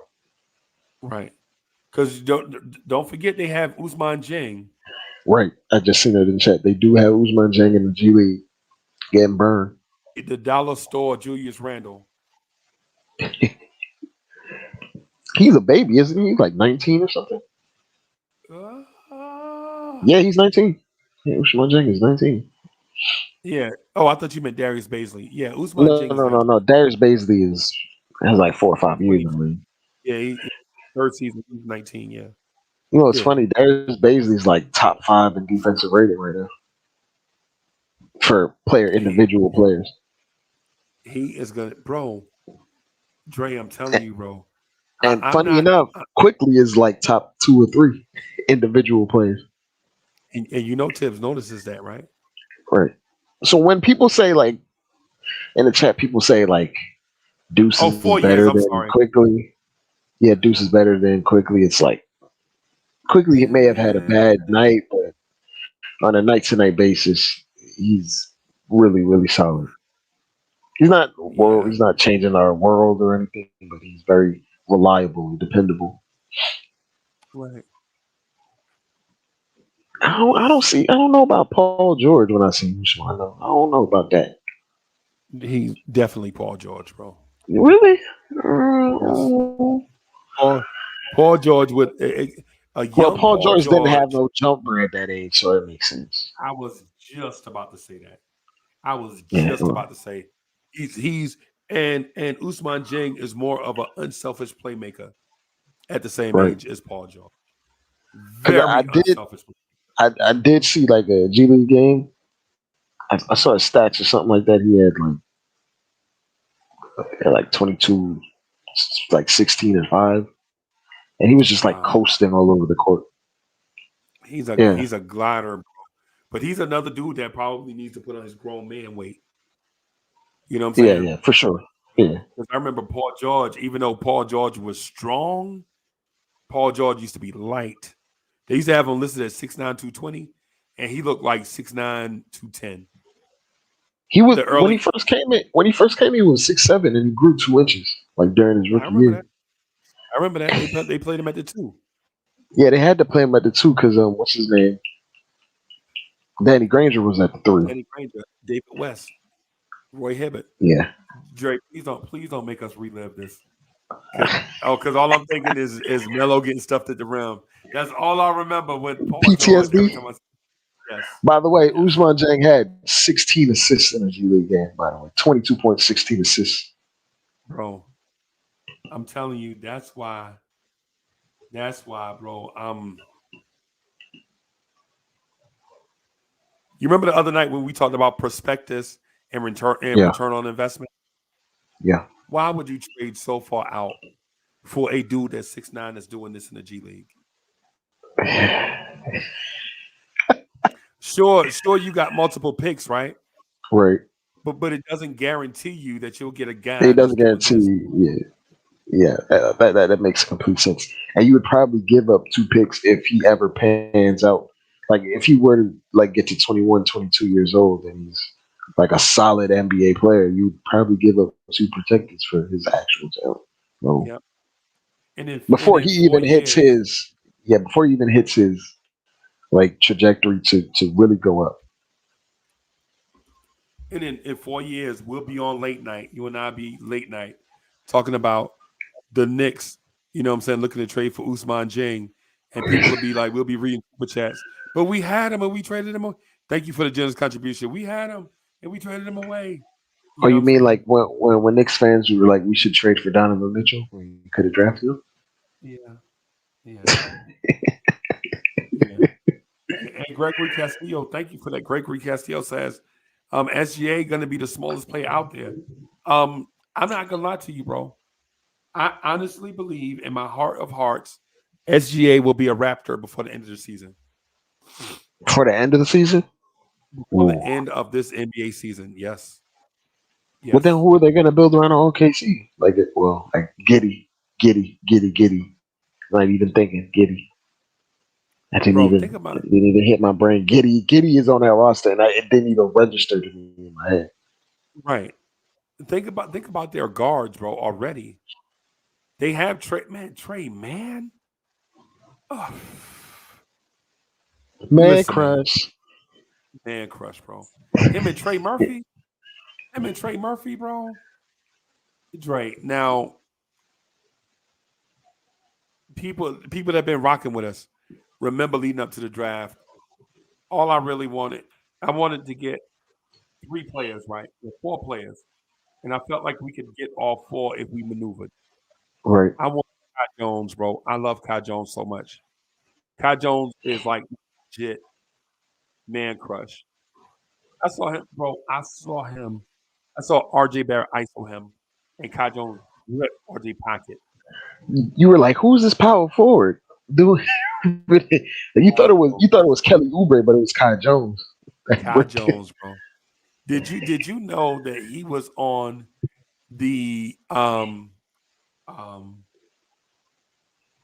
Bahamas track team? I did not know that. His big ass is on a track team? Yes. What is he, 6'9"? 6'10", sprinter. That need to make sense. That don't You got to be running. You got to be running like 200 meters to allow him to even build up that speed, or something, bro. He got it. I didn't even register in the one. I love the Knicks, bro, and I'm not saying I'm not drooling over another team's players, but what I'm saying is going into the draft, I felt like we should have left the draft with Kai Jones, Trey Murphy, Trey Mann, and BJ Boston. Oh. But remember, those guys are super raw talent. They wouldn't see the floor with Tibbs. No, they wouldn't. They wouldn't. Tibbs would have to be gone. You can still develop them for sure, but Tibbs would be gone by the time they blew. Nah, I thought Trey Murphy would be a starter from day one. Oh, Trey Murphy. I'm thinking about someone else. Trey Murphy. Yeah, Trey Murphy has transferable skills that apply to today's league immediately. Because he's a 6'9" shooting guard that shot 50, 40, 90 in college. Yeah. In college, bro. He's almost like He has almost like the same story Michael Bridges, like Yeah, uh, upperclassman, yeah. You came remember out he was at already Auburn. developed. Yeah, He was at already Auburn, and they didn't play and him. and like when they come out, they drop their stock drops because they're upperclassmen and oh they're already at their ceiling. But like you need guys like that if you already have stars. You need those guys that are Bench already players. fully yeah, not even bench players. Like those guys fill a role of efficiency on both ends of the court that is needed for like championship contenders. You And cannot do and it without guys like that. yeah, and not only was he 50, 40, 90 in college, right? You know he led Hmm. the NCAA in 3-point attempts. fi- I'm assuming. finishing at the rim. Oh, The dude was he like has the dude was some posters this yes. year. He has some posters. This dude is like it was like 84% finishing at the rim. And for people that don't understand how ridiculous that number is, usually like you want to be in the high 60s, and this dude was 80 something percent. In college, they packed the paint. By the way, They crazy with play zones, zones and junk defenses.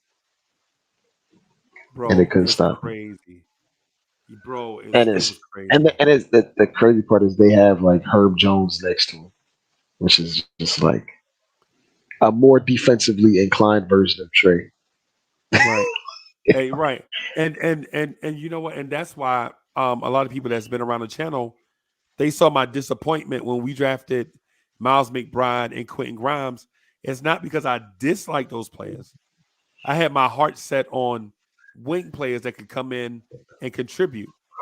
Right. Right. Like I wasn't enamored with the Josh Christophers or the James Book Knights or the Cam Thomases or any of those guys, right? Josh Christopher can't even get off a bench on a team that is all young players right now. All young players, right? Right. James Book Knight either. Right. You know what I'm saying? So yeah, so I was like, And yo, I wanted Josh Christopher by the way, just because I saw his athletic potential ability, but it's not really panning out because he can't shoot. Nor does he play like high IQ defense. He can play defense, right. but it's like a lot of ill advised gambling and stuff Yeah. like that. But he tries to play defense with all athleticism and no like intelligence. Yeah. If that makes sense. Yeah. And so it's not a bad thing if it works. Right. It's only a bad thing when it's not working. And Right. I know Right. people like, oh, hey, thank you kept it obvious. No, what I'm saying is if you have a scheme where he could just do that, be free safe. Like for instance, if the Steelers drew up a defense with Troy Polamalu, had Mhm. to have structure in it, Right. Troy Polamalu would have been a bust, and the Steelers defense would have been bad. Right. But Troy Polamalu just did whatever he wanted to. He played by instincts Mhm. and say, yo, yeah. Bro, I mean, I can get into stuff like that all day long, bro. But yeah, going back to that's the reason why when we drafted Grimes, I was like, yo, what are we doing? How many of these guards do you need? Like 6'4", 6'5" guards, blah blah blah, you know. But It's almost like I want to give Walt Perrin credit. Walt Perrin and right, Brock are like the only two people in the front office that got some sense. and right, And I want to give Will Parent credit because he tried. I feel like with those draft picks, he tried to accommodate with Tibbs and try to think of the future at the same time, which is very hard to do. right. It's very Definitely give him credit for the he Sims tr- pick. yeah, like he's trying to accommodate both lines of thinking, which is a very hard thing to do. And if you look at Grimes, he has a lot of skills that would be transferable to playing immediately, Right. and he has some base to build off with his guard skills. Where and in some other world, if he pops, he can be an elite player on both ends. So Okay.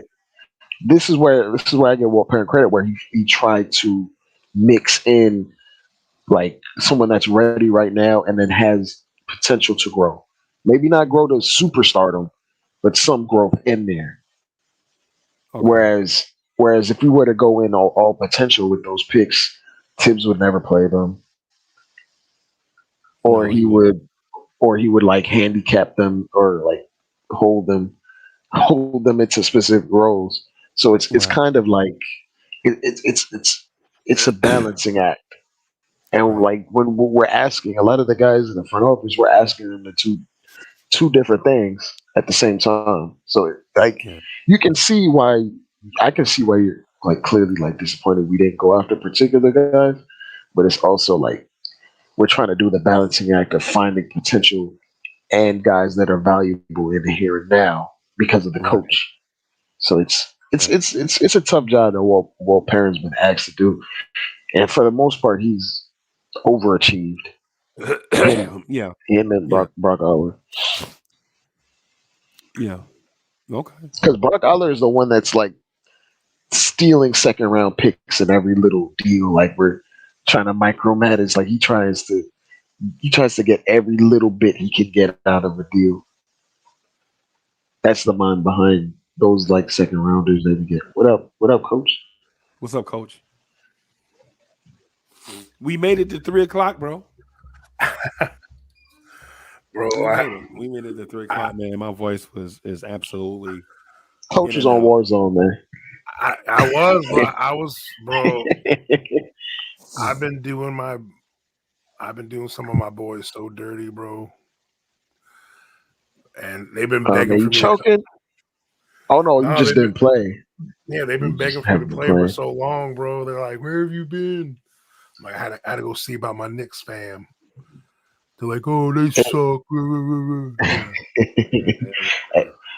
Yeah. I'm like, y'all And just Almighty, my fault, coach, but like Almighty finesse, like a pick like quickly and Maxi are like indicators of guys that have transferable skills to the game right now, and then does have potential in the future.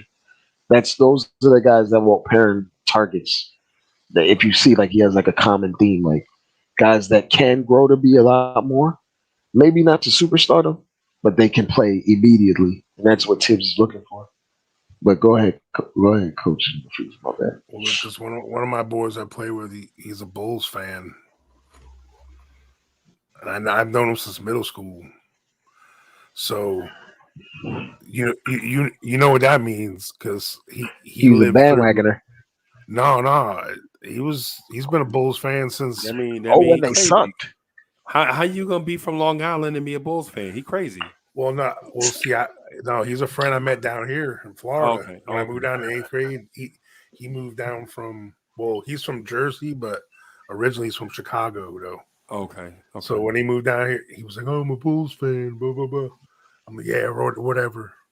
Right. And then all of a sudden, that when we first met, that's when like the Pistons won their back-to-backs, and he's like, "Oh, the Bulls are coming up." You said about 89 and 90. Yeah, and I'm like, "Yeah, whatever. We're gonna wax them. Michael Jordan's overrated." Yes. I was saying all that to him, way back then. So he was unbearable the whole '90s for you. Is what you say? So he has had me. Yeah, trust me. The '90s were horrible. Hey, Torture. I met a guy. I met a dude in 2000. One of my great friends, bro. It's a dude named Ted, right? I call him Crazy Teddy because, basically, he crazy. But if you can imagine, with a pale white dude that's Irish and Greek, that's Irish and Greek, right? But he's a redhead, like he looks Irish, Scalabrini, but he bops Greek, like so like he's got the long Greek name. You know how you Americanize your name, all right? I don't want to say his name for this, but basically his first name and his last name look like alphabet soup. Like his first name has like 12 letters and his last name has like 14 letters. Whatever. Docalitis. Yeah. Or something. Hey, you know Ted? Yeah. No, just yeah. I used to talk to his sister Thea. I said that last thing because there really was a Dalakaliscus or something. Her name was. Yeah, you really do know them. Yeah, No, I'm just that joking. was her last. I'm just joking. That's it, but She was at Amazon though. but yo, this dude legit, right?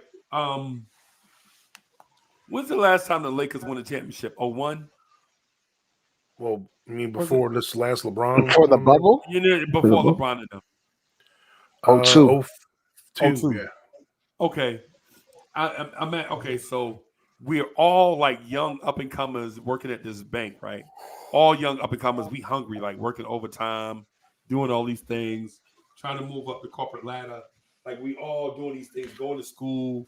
Like I'm doing Michigan State stuff online, you know, the project management stuff. Shout out to people with the PMPs. But we doing all these things, right? Trying to climb up the ladder.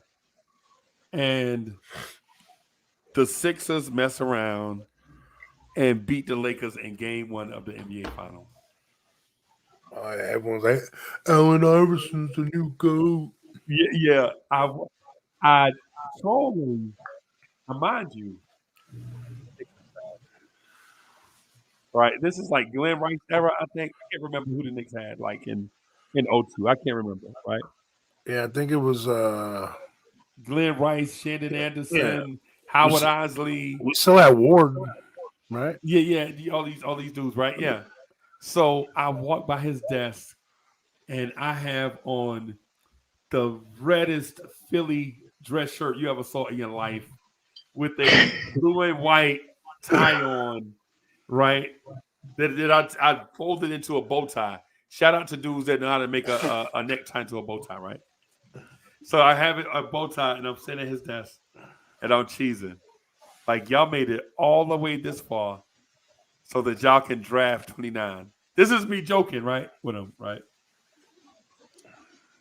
Shaq goes on a tear, right? So he sits, I get this email.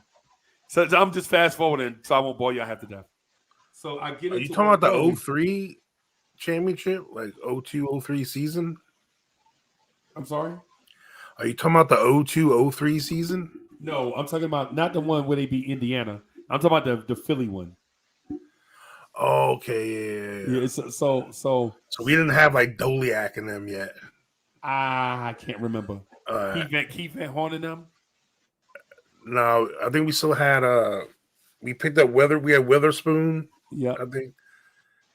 And I think we had who the hell's it was the big center that was like a we had just traded for Mutombo, I think. I think we had Mutombo at that point. I thought we had Felton Spencer. Yeah, we had him. I think we had him too. Yeah. We had all the Spencers. We had Spencer Haywood, Elmore Spencer, Felton Spencer, all them. But anyway, my point was I come into work, coach. I come into work, right? And I see the email, my homeboy name, and it's got, in the office, it's got the little exclamation points that flash in your email. Yeah. This was a thing back in the day, y'all. I know it's simple now, right? But back then, like 25 or whatever 20 years ago, this was like a cool thing. Like your email box has like the little flashing exclamation points. Mm-hmm. And so I open the email, right? And this thing blasts. Like he's got the volume blasted, right? The Lakers win the championship now. Everybody in the office is hearing it coming from my desk, right? Like, Kobe, what is? And I'm like, oh, snap. And I got my mouse trying to, what I'm saying? Trying to turn it down and all this stuff, right? So anyway, fast forward a year, right? I'm like, y'all going down this shit, and y'all ain't gonna repeat, right? Wasn't that the year Gundy quit? Van Gundy, yeah, with the Houston Rockets. I think it was 2000. Was it 2004 when he quit? No, I think it was a little bit after that. I think it was it was when the Celtics 07? was good. Yeah, I think when the Celtics was good is when he quit. Because he had the year before the Rockets won like 25 in a row. And he was the coach then. No, remember because Don Chaney took over. That was like that season, 01-02. Yeah. You mean quit the Knicks, not the quit the Knicks. No, quit the Knicks, not the Rockets. Yeah, that's the same year. That's the Okay, same that's year. what I'm saying. That's the same year. But Van Gundy quit all the time. So when he said he quit, I just, I know. you know. But so Ted, so I get into the office. I got by this time, all of us are promoted. All of us have staff and all this stuff. I do the morning meeting, like, blah, blah, blah, blah, blah. I look at Ted. Ted got his people down there, down the thing. He doing his morning meeting. My other homeboy, he in charge of us now, right? So he was the dude that got the promotion over everybody. You know what I'm saying? Really good dude. He, you know what I'm saying? He doing this thing. Now he over all of us, right? So he like, yo, check your mailbox. And I'm like, nah, man. I ain't, yo. I'm like, hey, coach, I'm like, yo, you better not have sent me no stupid championship email, right? This is me getting loud, right? You know what I'm saying? In the office. He's like, nah, man, I'm professional. I would never send you a personal email through the work server. This is, you know what I'm saying? Hey, coach, so I get to my desk and I see the thing flashing like urgent, urgent, urgent. And I also have, hey, Dre, you remember instant message? Yeah, AIM. Well, Yeah, yeah, you remember that?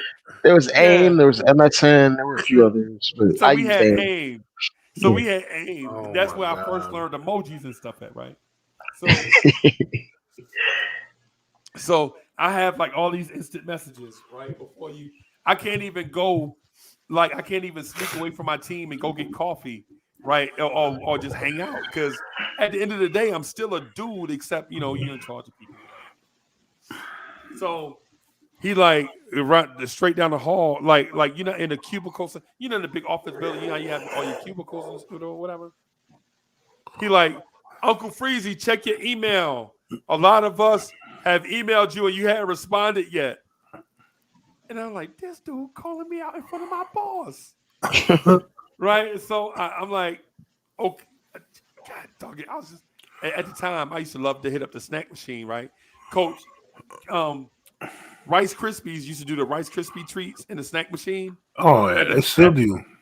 at the time they was 50 cents. So I go get two of them in a coffee and then sit down and listen to overnight voicemails and read overnight emails, right? Breakfast of Champions.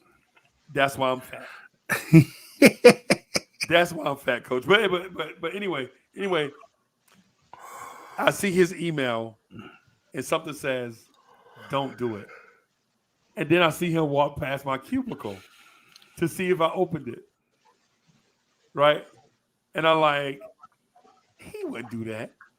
To me, I'm his man. I done ate at his house for Christmas. His wife and my wife, decorate Christmas trees and all that together. You know what I'm saying? I take my babies over there to hang out for his house. For how he would never do something like this in the workplace. Dre, I open the email Yeah. and Britney Spears is blasting. Oops, I did it again. Oops, Oh I man. did it again.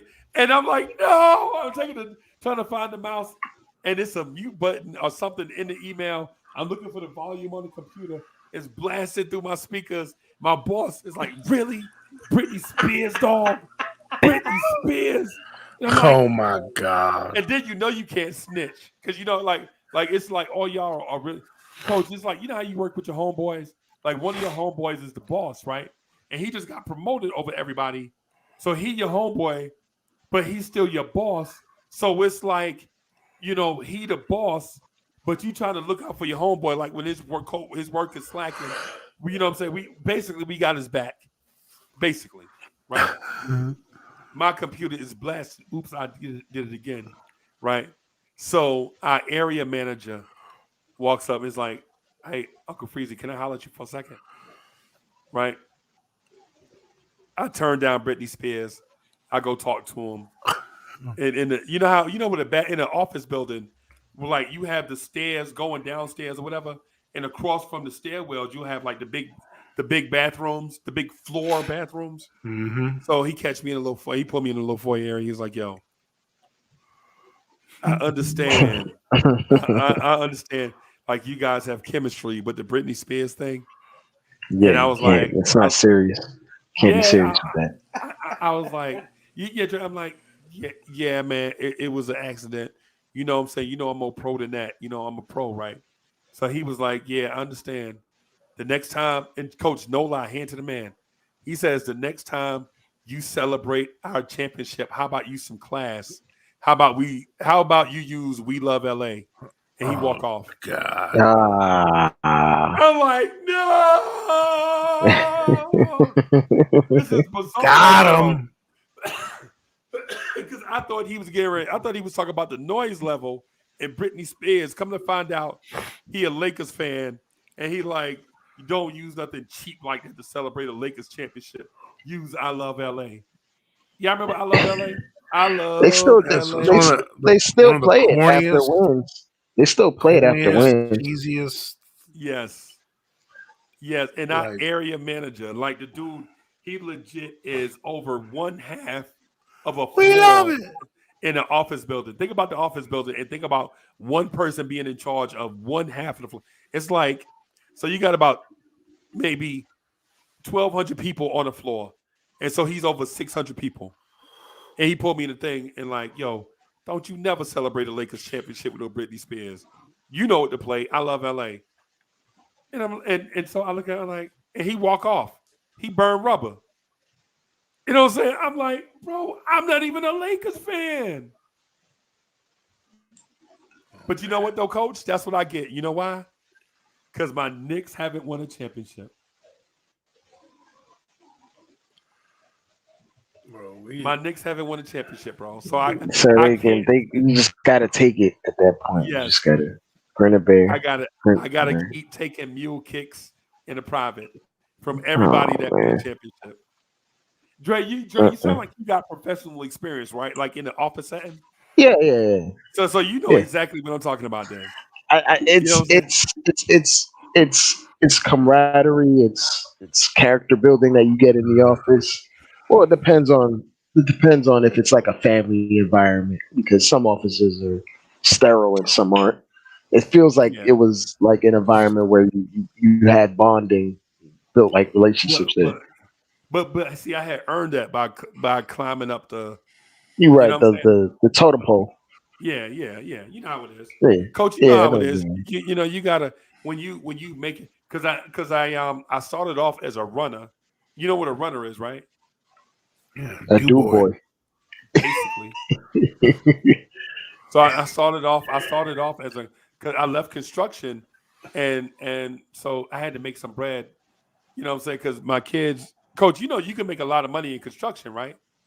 The only thing is if it's inclement weather, you get paid by the day. You know what I'm saying? So yeah, so I tried to, but anyway, I just wanted to share that with everybody because everybody wins a championship and celebrate their own way and do their own thing, man. And it's like Knicks fans are just like left holding the bag. Thank you, Coach Malpeque, a friend that's a Chicago Bulls fan. Thank you for inspiring that story. Yeah. I tell women. So anyway, long story women, short, I got the best of him the last few nights. Yeah. I try to. I'm like, because he's a Raiders fan too, which is weird. That's a Raiders fan from. So you Long want Island? to talk about but no, he's not from Long Island. He's from. Where's I missed that part. Where is he from? He's from Chicago, but He's he from lives in Chicago. Jersey. You know, he's all weird. Yeah. I don't know. I forget the story why he started liking the Raiders when he was a kid. I don't know. You gotta really hate the Bears to because growing up in that era, weren't the Bears good? Like, or consistently good? This dude, I mean, being a Raiders football fan is a lot like being a Knicks fan in basketball. Yeah. Oh, good comparison, Coach. It's pretty similar. I mean, they ain't been relevant in a minute. But their fan base is die hard, bro. But they are die hard. Yeah. Big time. Yeah. They probably second to the Cowboys. Dallas. And then like Packers. And them and Packers. They probably Steelers. Steelers. They gotta be Steelers, up there. Oh, I thought y'all were talking about bad fan bases. If you're talking about bad teams with great fan bases, you got to put Washington up there. No, but I'm saying like the Raiders. It feels like when Washington's been so bad, like their fan base is kind of dormant. But now I that mean, they're like winning a little bit, right now you can see them pop their heads back Chicago up. and Pittsburgh, besides the transplants that move to a couple of areas, they're pretty regional. More Who's regional? like Pittsburgh fans and Yeah. like Green Bay. The ones that moved away a little bit, like they're pretty popular. But Raiders fans are like national. Yeah. There's like they picked up the Raiders as a fan base, like a lot of like states and cities that don't have teams, like when NFL started getting popular, like the Raiders and Dallas were kind of relevant. Yeah. So like they would pick sides, like the edgy people. Yeah. They all picked the Raiders. Yeah. The hood edgy people that didn't have teams, but then like all the bubblegum divas all picked They the like Dallas the Packers. America's team. Oh, no. Like They like the Niners. The Niners. Forget the Niners. They Yeah, picked the Niners. a lot of fake. There's a lot of fake Niner fans too that have never lived in Cali in their life. But I'm a Niners fan. Yeah, I ain't never been to Cali. They the Joe Montana fans. Yeah, but Yeah. It's like in the NBA. It's like in the NBA, right? Like the front runners, like, you know what I'm saying? They're like, oh man, I love the Lakers. And then they turn their jersey inside out and it's got Golden State on the other side. Oh God. You know what I'm saying? We're gonna come up in a generation of a ton of Stephen Curry Golden State Warrior fans for the next 10, 15 years. Right. But you know what though, Dre? Mm-hmm. Yeah. I can't fault them because the generation before them started liking the Chicago Bulls. You know why? Mm-hmm. Yeah. Because they won. Yeah. Because of Jordan. Right? Yep. But because I don't know if Coach can remember this, but bro, there was a time when the Chicago Bulls were the most dysfunctional franchise in professional sports, bro. I mean, terrible. Yeah. That's the reason why. People didn't, bro. How are you in a city like Chicago, and you're like the 7th favorite team, ranked team in your own city? Like it's people are like White Sox, Cubs, White Sox, Bears, Black Hawks. Blackhawks. Yeah. You know what I'm saying?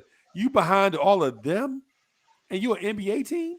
I think they even had that old '80s soccer league was more. Yeah. When they had the Cosmos, the New York. Yeah. I remember that was more popular. I think Chicago had a team too in that. Yeah. I think Northwestern football was more popular than the Bulls. I mean, the Bulls. There's the reason why they had the 3rd pick. They get Michael Jordan. Because they were trash.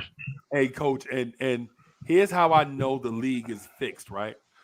Oh, yeah. So the league is fixed. So the number 2 pick in the Magic Johnson draft, right? I forget what's the number 1 pick, right? Is a coin flip between the Chicago Bulls and the LA Lakers. Right? Coin flip. Right. You know what's Guess who wins the coin flip for Magic Johnson? The Lakers. While they already had a Hall of Fame on the roster. They already had Kareem, right? And so that's why when people talk to me about, oh man, the Knicks hadn't won a championship, man, in so long. And man, look, the league is rigged against the Knicks and against Chicago, right? And against, the reason why they even got Mike Jordan is because they lost out on Magic Johnson, right? The reason why it was a ripple effect. Yes, the reason why the NBA gave Zion to New Orleans is so because they lost AD. Anthony Davis went to LA. Yo, you can't, Coach, I hate to sound like a conspiracy theorist, right? But bro, the story has already been leaked, right? That Larry O'Brien had his second in command, David Stern, come in a room and meet with Kareem. Kareem was like, I'm tired of Milwaukee, bro. I don't want to live here. You know what I'm saying? I want to go to New York. And it was like, yo, before you say, and this Larry O'Brien, right? And so, but y'all gotta hit, yo, these league commissioners are smooth, bro. These dudes can Coach House, probably 3,000 square foot Adam Silver would sell Coach 9,000 square foot of carpet, bro. Here, man, that other 6,000 foot, you might need it for a rainy day. You know what I'm saying? They tell Kareem, right? Kareem, don't do this publicly, bro. We already read the article. You know what I'm saying? Just chill out. You like LA, don't you? You're already portrayed as militant enough. Yes. he like, yo, you played in LA, right? You went to college out there. You don't like the Lakers? I like the LA, but I want to go home and play for New York. Right? Because that's when the New York was the Mecca. Now the New York ain't the Mecca of like it used to be. He tells David Stern, he like, yo, this is Larry O'Brien. This is how the story is told. He like, Kareem, listen, let's just flip a coin for it. We will let you call it, right? Whatever you call, that's what we're gonna do. But just give us a chance to build this league. And so Kareem says, so which one is it? New York or LA? If it's heads, Kareem says heads. And so Stern says, Larry O'Brien says, heads LA, tails New York. And so what Kareem didn't know is David Stern had a double-sided coin in each pocket. If Kareem had called tails, he would have flipped the double-sided tails coin, right? If he said heads, he would have flipped the double-sided heads coin, right? Kareem says heads. David Stern takes the heads coin out of his pocket, flips it up in the air. It lands on the carpet. Larry O'Brien acts like he can't see it because he's older. I can't read it. What does it say? Everybody gathering around the coin. Kareem reaches down. It says heads. He picks up the coin, give it back to David Stern. He never looked at the coin. It was a double-sided coin. And so Kareem goes to the Lakers, right? And so the story gets out in the late 70s. Typical right? Knicks story. And the story gets out in the late 70s. And the Knicks are so mad after what Larry O'Brien did. So they were like, no, after what you did to us, you are not going to bring another team into New York City, right? And so when the Nets were trying to move into the city, the NBA and the Knicks sued the Nets twice. Once for $5 million, which almost bankrupted them, and then again for $10 million, which almost bankrupted them for real. That's why they had to trade Dr. J, right? And so the Knicks was like, no, this is not enough. You robbed us of championships.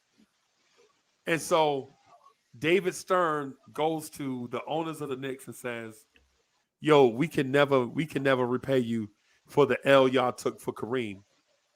But if we ever do a draft lottery, we got you back. They gave us Patrick. I'm trying to do a lot.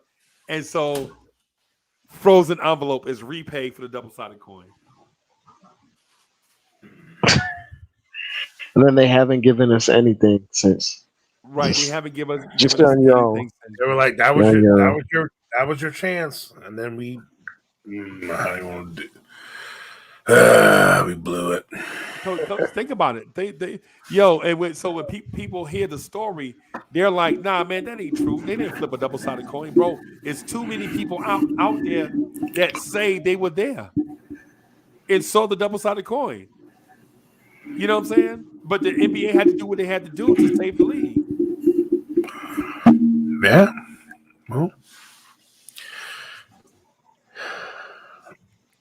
And you can't dispute Kareem saying, because look at the Sports Illustrated articles before Kareem was traded. Everything says, I want to play for the Knicks. And then all of a sudden he's traded to LA. And you can't dispute the frozen envelope theory. You can't dispute any of this. The frozen envelope. Yeah. You can't dispute none of this stuff, bro. But anyways. Dave DeBuscher. Yeah. That's a lot of people that weren't really Knicks heads. He was the one he was that gray-haired feller that had the Ewing envelope. Hey, Coach, and you know how we know this is like the conspiracy? First of all, you know the NBA is not a sports business; it's an entertainment business, right? When you read the NBA charter, it's not a sports business like the NFL. It's an Yeah, entertainment business, right? Yeah, but it's reality TV, man. Yeah, yeah, originally, Kareem wanted to come earlier than that. yeah, yeah.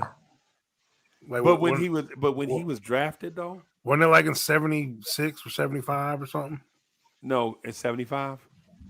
Yeah, he was like, Yeah, that's what I'm saying. "Come get me." No, that's when it actually happened. Oh, that was what the coin flip was and all Yeah, that? yeah. Kareem Oh, played. man. Kareem left Milwaukee in 75 and played the rest of his career with the Lakers. Yeah, but I'm saying, they made it sound like, I remember the original story. I mean, I was just born in 75, so I only had to look back at it. Right. Like, I was like 7. like the Knicks turned them down. And that's how they twisted it. No, the Knicks didn't turn him down. The Knicks always wanted. The Knicks always wanted Kareem, bro. The Knicks always and he Kareem wanted to Abdul-Jabbar. play there bad. And he wanted to play there. Remember, he was a high school legend in New York. Harlem. Yep. And even Dr. J wanted to play for the Knicks, bro, but he couldn't because of politics. You know what I'm saying? How can you sue somebody and then get on the phone with him and then trade for the guy? You know what I'm saying? It was the politics. It just wouldn't look right. Right.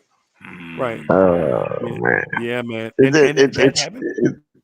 The Knicks are like a day short and a dollar, or a dollar short and a day late. Almost, it seems, for everything. But at the time, you got to remember. Yeah. At that time, but 75, you got to remember, the Knicks had been the creme de la creme in the NBA for like 6 seasons. They were like what Golden State is right now. Like, they were the new darling. Won some championships, had a whole bunch of aging superstars. Would have toasted the town, and all of that. So we didn't get Kareem, but we got Bob McAdoo, right? So we didn't get Kareem, but we got Bob McAdoo and Spencer Haywood, who, you know what I'm saying, if you in theory, Bob McAdoo was the league MVP. Yeah, he was a Hall of Famer, top 75. Yeah, Bob McAdoo was but the only thing about it though is the pieces around him stayed injured. Clyde, everybody stayed injured, hurt. We got old. Windmill Phil was, and for those that don't know what Phil Jackson was probably, if you want to compare him to somebody, Kurt Rambis. No, more like, Rambis in a way. Rambis was less talented than Phil Jackson. Yeah, but like a modern guy. Isaiah Hartenstein. No, not even Hartenstein. Hartenstein's not good enough.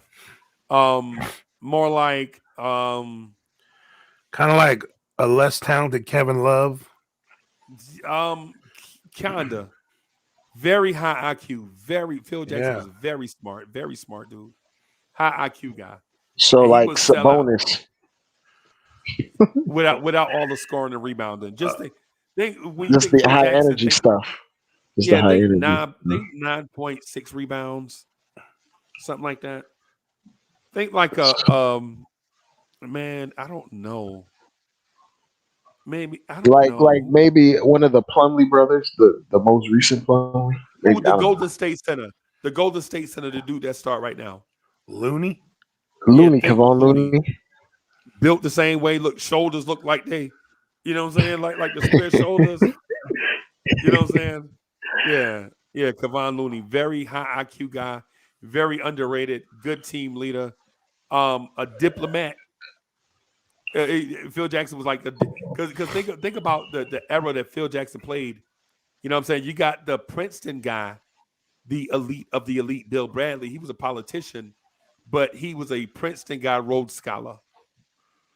Right? So you had to have a guy that can mix in between white people and black people, you know what I'm saying, during the late 60s, early 70s, that could talk and you know what I'm saying, like when Red Holtzman would get on all the brothers, Phil Jackson would go over and stand with all the brothers. Right? That was probably the highest IQ team ever.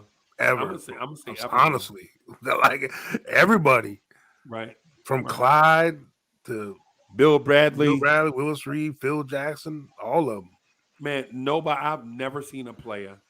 I ain't gonna lie to you. I've never seen an NBA player play harder than Willis Reed. Yeah, I'm talking about, man. Look, and DeBuscher, obviously, yeah, he was smart, very smart and unselfish, bro. I mean, and Very underrated athlete too. Earl the Pearl. We're talking about basketball IQ. Yeah, Talking about Black Jesus. yeah, bro. Bro, You just had a conversation about him. What was it, the other night or last night? Yeah, man. Yeah. I would say this about Phil Jackson, bro. Phil Jackson was like the guy that would mingle and it felt like everything was coming from his heart. You know what I'm saying? He was a tough dude now. Don't get it twisted. They call him Windmill Phil because when Kareem would go to the hole, it felt like a windmill was chopping him down. All arms just hacking up Kareem or whatever. Right? But Phil, like dudes like Phil and Willis Reed, they were like when Red would get on all the white guys, like, you know what I'm saying, Willis Reed would go over and be like, hey coach, let me talk to him. You know what I'm saying? And whatever, you know what I'm saying? And that team had gelled, and this was in an era where race was like a serious issue. You know what I'm saying? So that team, man, had the most beautiful. Think about Clyde Frazier didn't trust people because he was born and raised in the South, so he didn't trust people, right? There's a lot of people. Then you had the most coolest liberal white dudes on that team. It was like 2 or 3 of them that are just, Yeah, they were all, like, yeah, everybody love everybody guys, yeah, man. That's what I'm saying, man. That team, the 1970 New York Knicks is my favorite favorite Knicks team of all time. Not because they won a championship, but because they were like the most unselfish team, bro. You talk about Barnett, Bradley, Frazier, Reed, Cassie Russell, yeah. Dave Stallworth playing the 2, 3, and 4. You know what I'm saying? Bradley. Yeah, man. Bill Bradley, Obviously. man. Some of these dudes never played. But man, hey, shout out to Dick Barnett, bro. Man, you talking about Dick Barnett, Bill Bradley, Dave DeBuscher, Clyde Frazier. Barnett had that, bro. He was one of them that he had that fallback, that fadeaway. Like he was called fallback back then. Yeah. Wasn't that his nickname or something? Yeah, like fallback baby. Yeah, fallback. Fallback baby. And my uncles them used to call, and they used to call him that because it was a fadeaway, but he used to kick his feet. Mm-hmm. Now, if you kick your feet on a jump shot, people will laugh. Right? And he was for a couple years because before. Wait, what year did Clyde get there? 67, 68. Yeah, because I before think that, like Dick Barnett was. I mean, he was the scorer. Yeah. Like I remember, I think it was like 65 or 66. So he had like 23 points a game. But then, I mean, he still averaged, in the mid-teens and stuff. Yeah, he was hot when they started Bill Bradley though, and he was right. Yeah, he was right. They brought in Bill Bradley. They drafted Bill Bradley. It disrupted their chemistry, but Bill Bradley didn't show up till 2 years later because he was on a Rhodes Scholarship, and people were saying that Bill Bradley was going to save the Knicks. And that was just like racist rhetoric, right? Like what? Like how is Bill Bradley gonna come save the Knicks? You know what I'm saying? And no knock on Bill Bradley because I like Bill Bradley. I appreciate him, right? But this team was already giving the Celtics everything they needed in the playoffs. It was just young, right? So, but yeah, man, that 70s team now. That 73 team was a team of destiny. They had all the moments, bro. All the moments. The Willis Reed moment, the Clyde Frazier game 7. All the moments, bro. They had all the moments, bro. You know what I'm saying? And so what I would say is the reason why we didn't win it in 71, coach, because of injuries. The reason why we didn't win it in 72 is because the 72 Lakers might be the greatest team to ever play. Ridiculous. Right. The greatest the 72 Wasn't that the Lakers. team with the longest win streak or something like that? Yep. I think like 28 games or something like that. Yep. I mean, the Celtics were still, You know who they beat? You know who the 72 Lakers beat in the finals? What do you call it? Yeah, New York Knicks. The Knicks, yeah. Yep, they beat the Knicks in the finals, bro. Yeah, that's what I'm saying. That's what I'm telling you. The Knicks were the team of destiny, bro. That 73 team, bro. Oh my God. Bro, there was only 17 teams in the league. Yep. That's crazy. Yo, in 74, we won 49 games and didn't even make the playoffs. That's crazy. 74, we didn't even make the playoffs. 75, that's the year that everything got off the rails with injuries and all that stuff. We got old. Quick. Yeah, so we pulled the 80s Celtics like overnight. We just got old as hell. Yep. That 75 team had Henry Bibby, and yes, if you recognize that last name Bibby, yes, that's him. Yep. Mike Bibby's dad. With the big afro, bro. Coach I swear Bibby. he looked like Mario Brothers. What's the little Mario brother? The mushroom guy? The Oh Goomba? yeah, Toad. Oh wait, no, Toad. No, Toad. the one with the mushroom hat. Yeah, that's Yes, Toad. Toad. His name is Toad. Yeah, that's exactly what he looked like with his afro, bro. That afro would be bopping. And so for the record, he was better when he went to Philly though. After us, yeah, he got a little better. Yeah, and for the record, man, I just want to say this. I don't know where the word afro came back, but when we had hairstyles like that, we call them naturals. You know what I'm saying? We just you would just push your hair, just pick it out, and it'd just be like a natural comb it out. It's just a natural look. We called it natural. But anyway, man, that was a decline right there, bro. Yeah. And then we were in purgatory for years. And then the next year we traded Clyde Frazier, bro. And I cried in middle school. I ain't gonna lie. I mean, cried in middle school. Like a baby, bro. I don't like Michael Ray Richardson. I like Clyde Drake. I like Clyde Frazier. Nah, we traded him for Jim Clemens. I know. I'm like, he came, why you came a couple years later or something, didn't he, Michael Ray? Yeah, because we drafted Jim Clemens. He was trash. And then the next year we drafted Ray Williams. Dre, that's what Dre, I'm telling you, I know the point guard lineage, bro. From Clyde Frazier all the way through to Jalen Brunson. I know it like this, like the back of my hand. Because it was like torture for all them years, bro. It's so you said trash immediately, just trash. He was trash. And then we drafted Ray Williams, and Ray Williams was from New York, and people was like, yo, coming home, you know what I'm saying? So we got Ray Williams, then we got Michael Ray Richardson, then Darryl Walker, and then a bunch of bums. We picked up Bob McAdoo, though. Yeah, we got Bob McAdoo in 75. Him and Spencer Haywood was like the best center power forward combination we ever had. I know. It's if you great. in the buck in terms of scoring. How do we not win more games? I don't understand. Coach, because our guards were trash. That's what I was telling you. Yeah. Our guards were trash. Butch Beard. He coached in the NBA. Yeah, bro. Remember him? Yeah, man. Yo, we went from Clyde Frazier all the way to Jalen Brunson, around the world and back again.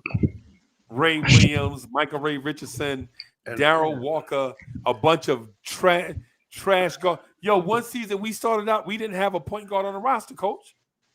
We played Rory Sparrow and Trent Tucker in the backcourt together with a dude named Lewis Orr.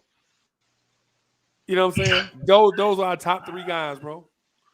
And then Our ability to not get point guards. Well, then Willis Reed coached, I didn't he, for a couple of years? yep. I remember in like the early 2010s, we tried to make Iman Shumpert a point guard. Yep. The same thing we tried to do with Rory Sparrow and Trent Tucker. Oh man. Yeah, man, that's what I'm saying. And then because what people don't know is the Mark Jackson, Rod Strickland thing was not a plan. It's not like the Knicks were like, okay, we're gonna draft this point guard. Bro, we would draft a point guard. You remember the draft back then had multiple rounds, right? The draft would have like 7, 8, 9 rounds. Oh, it was more than 2? Yes. The draft was like a marathon. The draft used to have like it was like the NFL. For what though? But rosters weren't but so big, and it wasn't but so many teams. But they just brought a bunch of dudes in, and they all like try to make the team. And it was like you had to make the team. So like a lot of them got cut before they even. Yep, that's what we did to Kurt Rambis.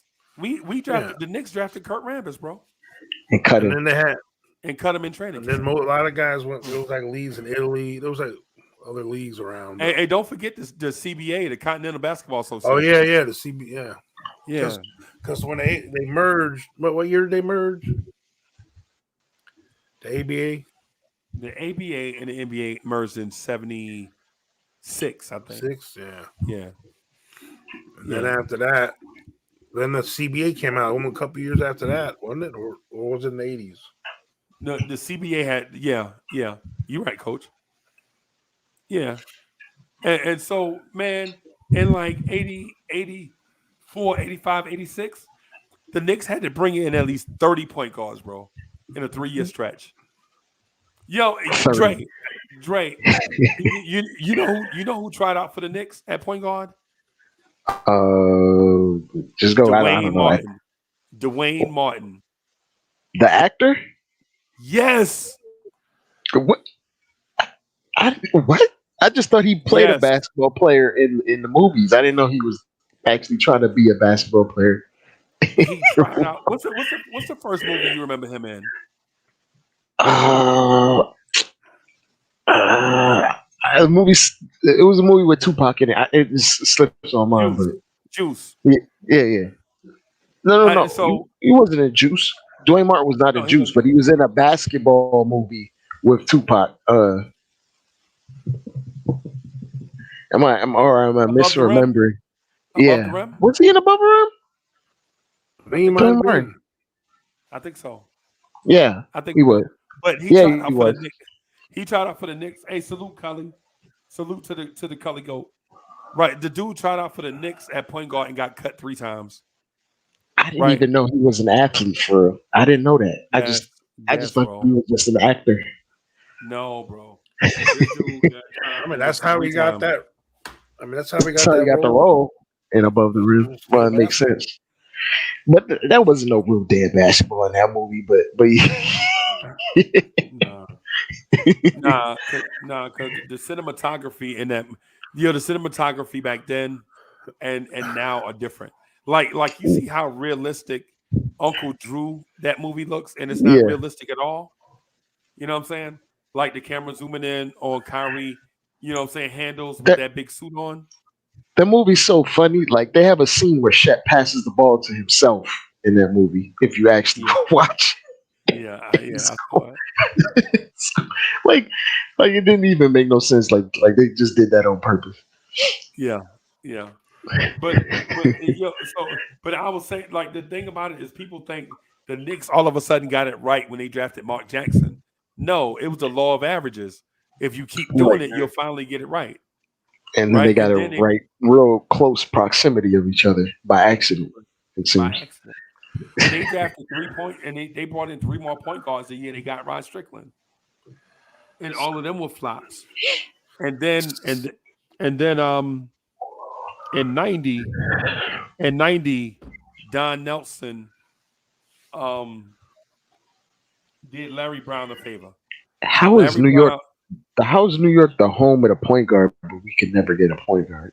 A homemade point guard, right? Well, it's more home of the point guard because of I know. The city The city players, itself, the city, you know. it breeds point guards who could never Now, actually get them. there's guys that came out of New York from all over the place, just not on the.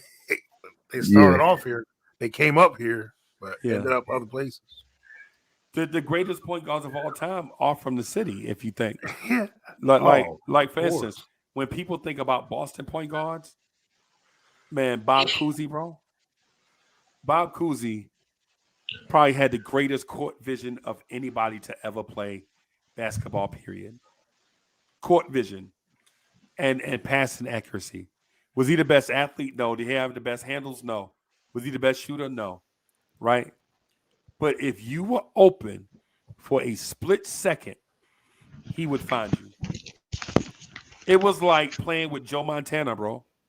If you're a receiver and you get open for a split second, Montana will have that ball on you. Can you hear me? And it's All right, we switch headsets. we can hear you, Mr. Portis. Larry Brown. Yeah, Larry Brown. Hey, he was a good basketball player, man. Not many people think about him playing. Bobby Crimmins. Yeah, Bobby Crimmins was from the city. Yeah. Well, Pearl Washington. Pearl Washington only flopped because he was fat. I know. The only reason why. You got to work out when you get in the NBA, bro. You can't just stay out all night. Yeah. Kenny Anderson. That's another one. Anderson, yeah. That's the one that got away. Yeah.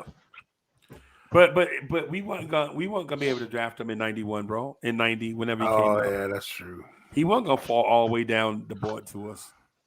And then plus, what I was gonna say is Larry Brown asked Don Nelson to do him a favor. He was like, yo, this kid, John Starks, you know what I'm saying? He deserves a roster spot. Can you just give him a try in Golden State? And Golden State they was like Run TMC, right? They had Tim Hardaway, Mitch Richmond, Chris Mullins, Sarunas Marshalonis, and John Starks was like the Run TMC rotation, right? Yeah. He get cut by Golden State, come back. He cut by Golden State, come back. He cut by Golden State, come back. Then he try out for the Knicks, and he about to get cut. And he tried to dunk on Patrick Ewing, and in the last day of camp, and John Starks gets hurt, like sprains his wrist. And back then, the CBA, there was no injury settlement.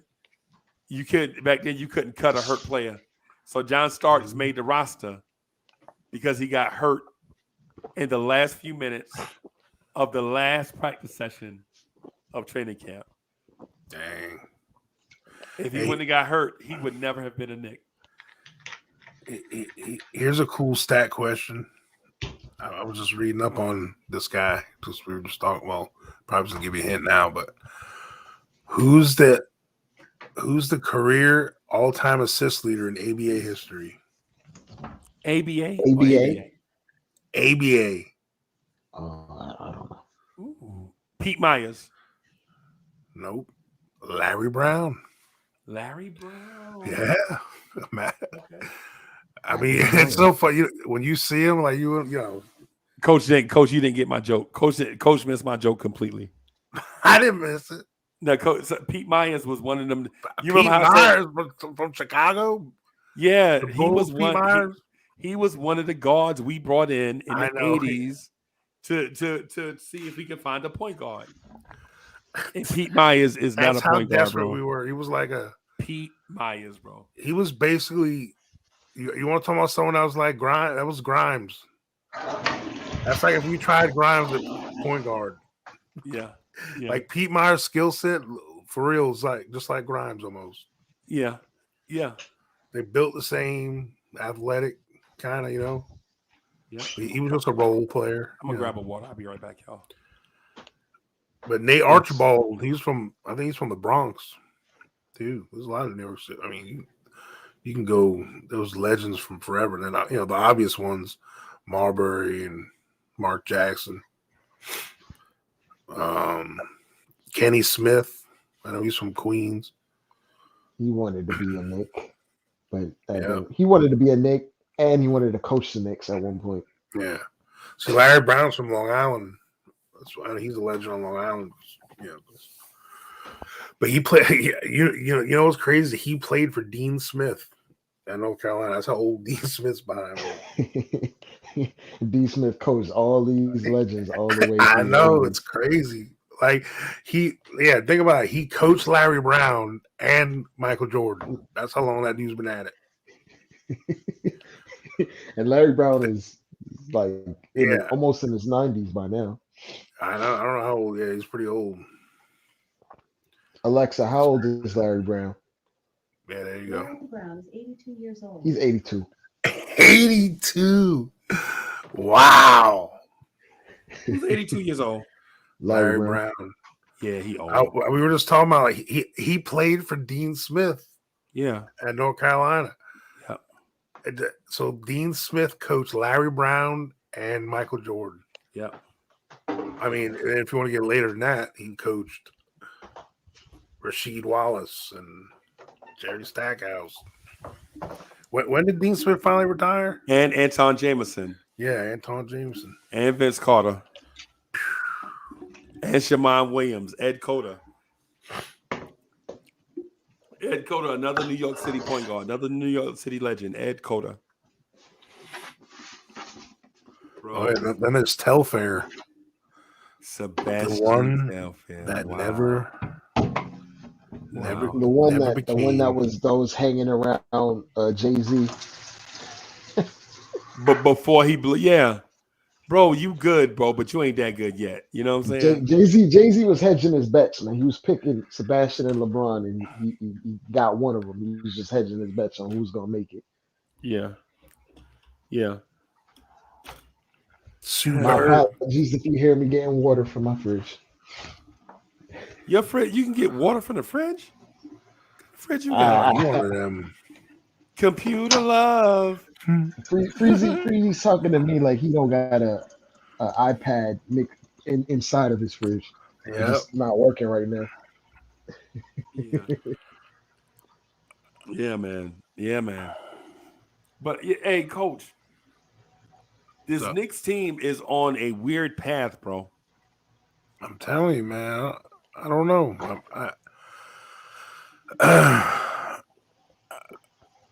It's one of those, man. I don't want to get my hopes up situations, but I'm excited. I'd rather just play it out because the further we go with this roster, that all that means is their value gets increased, and that can only be good, whether they're winning with us or we're using them to get a star. So, yeah, instead of just tossing them away for marginal players that won't really. Talk about player movement again. Okay. All right. All right. I'm saying for this year. I'm not about moving anybody. Yeah. The only thing I'm thinking about is when the Warriors won the championship, did they go from not making a play-in to the championship the next year? No. I mean, think about all the teams that build up to who they're going to be eventually. You know, these are the steps.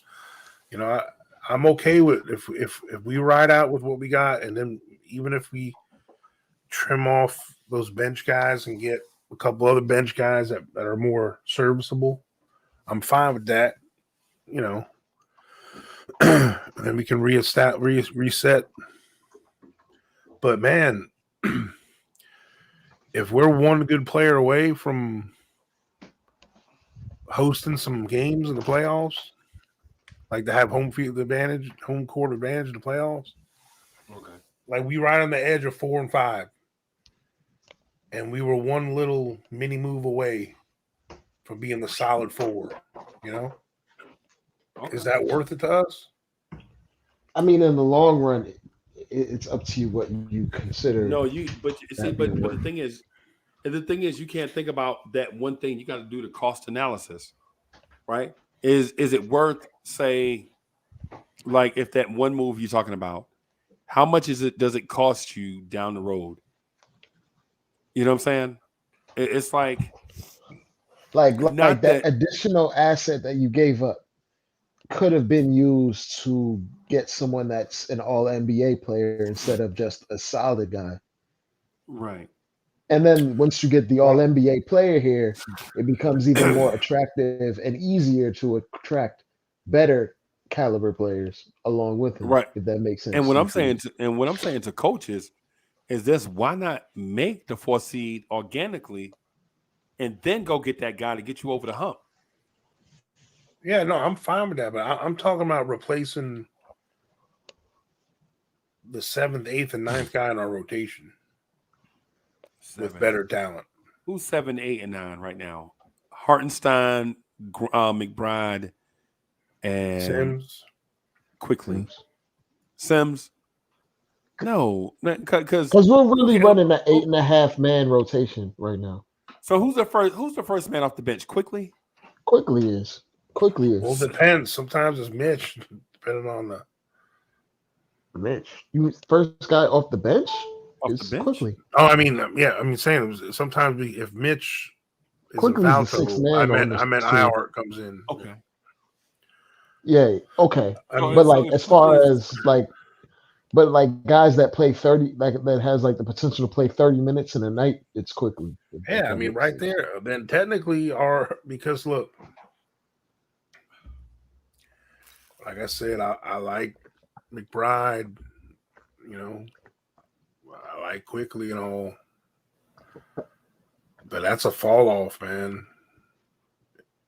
So at the moment, we're talking about Sims, Hartenstein, and McBride. Who's gonna give us something for that? I'm just asking. No, I'm not saying we need to trade those guys. I'm talking We're about trying to flip with like the maybe with, Fournier to with the replace him. bench 3 guys. If we get 3 guys that they compete for those last, to solidify the rotation, or in case, God forbid, an injury happens and one of those guys got to move up a spot, and we got another guy that's backing them up. That's serviceable.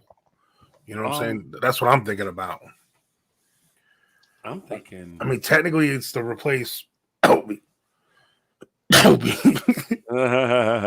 but no, and it's only look, and the reason why I want the replace for Obi thing is this: we've already shown how much better we are with defensive-minded guys being in the game.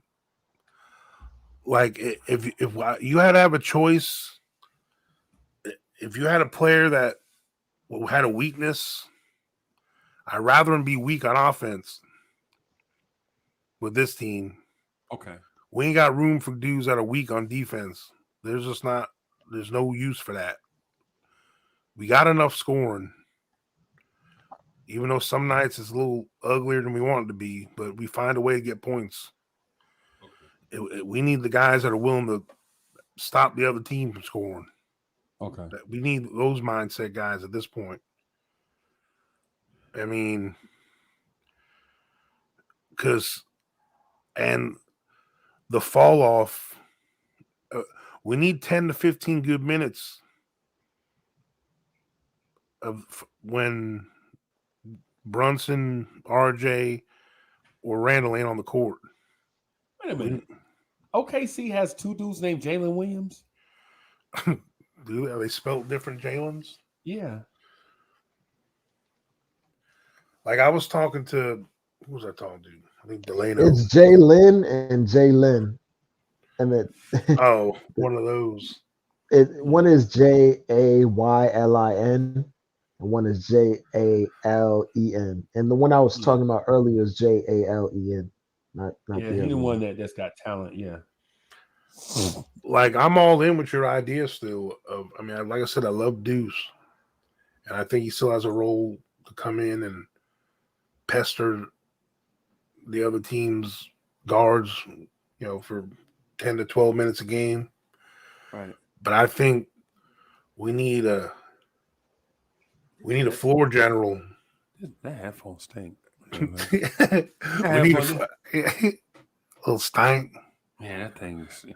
I don't. But yeah, I feel you. We need a floor general in the second unit. Yeah. JB ain't in the game. Yeah. Definitely. And what about Rajon Rondo? Ooh, scrap heap guy. Yeah, a little scrap heap. The thing with Rajon, he's trying. Well, I don't know. I can't speak Oh, for he's him old as exactly. hell. I'm just talking about for this He's old as hell, but like he this probably little would want to target like a 4 or team 5 that's. seed run we about to go on. He's a nice little piece. Yeah, I mean, I wouldn't mind him, but like he probably would want to go to a team that's gonna like compete for a title. I guess I don't know.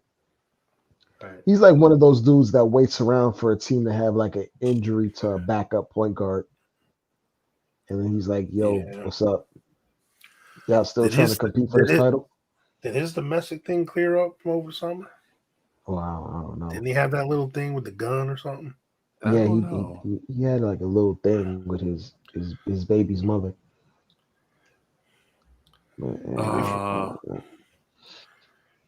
I don't know, bro. I Coach, I would I want to let me entertain this thing just real quick because it's hour 3. We done talked enough Chicago Bulls Knicks thing.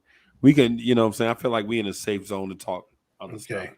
That's why I waited to come on. No, I was kidding. I was playing Call of Duty. That's why. Be responsible, man. I'm playing Call of Duty. Hold on. And I'm joking. I'm joking because even dudes would be like, man, I'm playing poker. But anyway, if we entertain it, who specifically are you looking to get? Like, who specifically? Name the name. Like, don't just throw the hypothetical player profile guy. I mean, well, here are my two mindsets. Like, I don't want to break something I don't want to fix something that ain't broke. I'm obviously happy with this little run we're doing. Right. But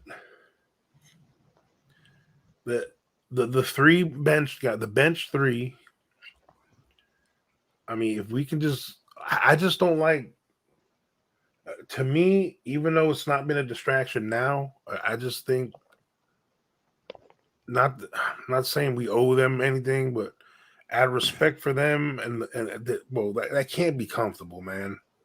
Just name your player. I mean, we understand that part. Yeah. Name your player. Who you talking about? I don't even know. It's like there's so many there's so many guys. What type of player are you looking for? Like what position? Like I guess optimally, what position? The 3 things we need. I've been saying for a minute. It's like I think we need a floor general-ish point guard, Mike Conley. Okay, and then we need 2 6'8" long wing guys that can play D or serviceable shooters. Like one of the two's got to be able to play the 4 if you had to. Yep. You know, at least one of them got to be a little thicker. One of the two, like maybe like a Crowder type. You know what I'm saying, like Bill or something. Even though he's a little shorter. I got the answer for you right now. Jonathan Isaac and Chuma Okeke from the Orlando Magic. I would take Jonathan Isaac in a heartbeat, man. Yeah, and I like Ricky Rubio. And here's the thing. Cats are like, yo, man, we got to have OG Anunoby. No, you don't. You need that player profile. So if you're just looking for that player profile, then Chuma Okeke is the same. 6'7", 230, decent handles, great underrated athlete, right? Great defender. Not more of a scorer than a shooter. Basically, what you're getting is the corner store OG Anunoby for a fifth of the price. Because OG Anunoby is 6'7", 232. Okeke is, I thought he was 240. He may have slimmed down, right? The dude may have slimmed down, but you get Jonathan Isaac. So you get Jonathan Isaac. He's still hurt. Who? Which one? Isaac? Isaac. Isaac should be coming back. Let me check his profile. So he's still listed as out, but 4 days ago, Isaac Nee took part in practice Tuesday as a part of the rehab process, but remains without a timetable for his return to action. Yeah. It's perfect, bro. That's perfect. Bro, they got 5 of them. Coach, how is this not perfect though? Because I know. if you're talking about giving Orlando, he can ease back in and heal up. Right. Meanwhile, Okeke is your OG Anunoby type player, and I think he might be hurt too. And let me check and make sure. He's like that undersized, even though he kind of plays power forward sometimes because he's a little thick. You know what I'm saying? Pause. Right. Freezy. But I have a question. What if we traded for like someone like KJ Martin?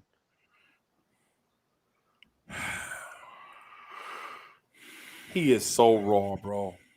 He is. He is so raw. To me, he's like Derrick Jones Jr. He is so raw. I mean, he's really like a power forward in a shooting guard's body. And then he don't really have handles. You know what I'm saying? Like he's lighter than RJ Barrett. You know what I mean? He got a lot of heart and bounce. Like he's a supreme athlete. But I mean, what does he do for you? I was just thinking like a wing. I don't know, 6'7", athletic. He's got a and I was thinking like low value because he's really not like. And he's not gonna play. He plays, but he's not prioritized for them. So. Yeah. He's more like a Jerome Williams right now. Coach, you remember Jerome Williams? Jerome Williams. Junkyard Dog? Dog, yes. Yeah. Had them jacked up teeth. Yeah. That's what I'm thinking. Now, he's not as strong as JYD. Right? But when you think about his skill set, like what does he do? All you do is hustle. He's just hustle. Just hustle. I mean, he can shoot the three, but it's like not his signature trait.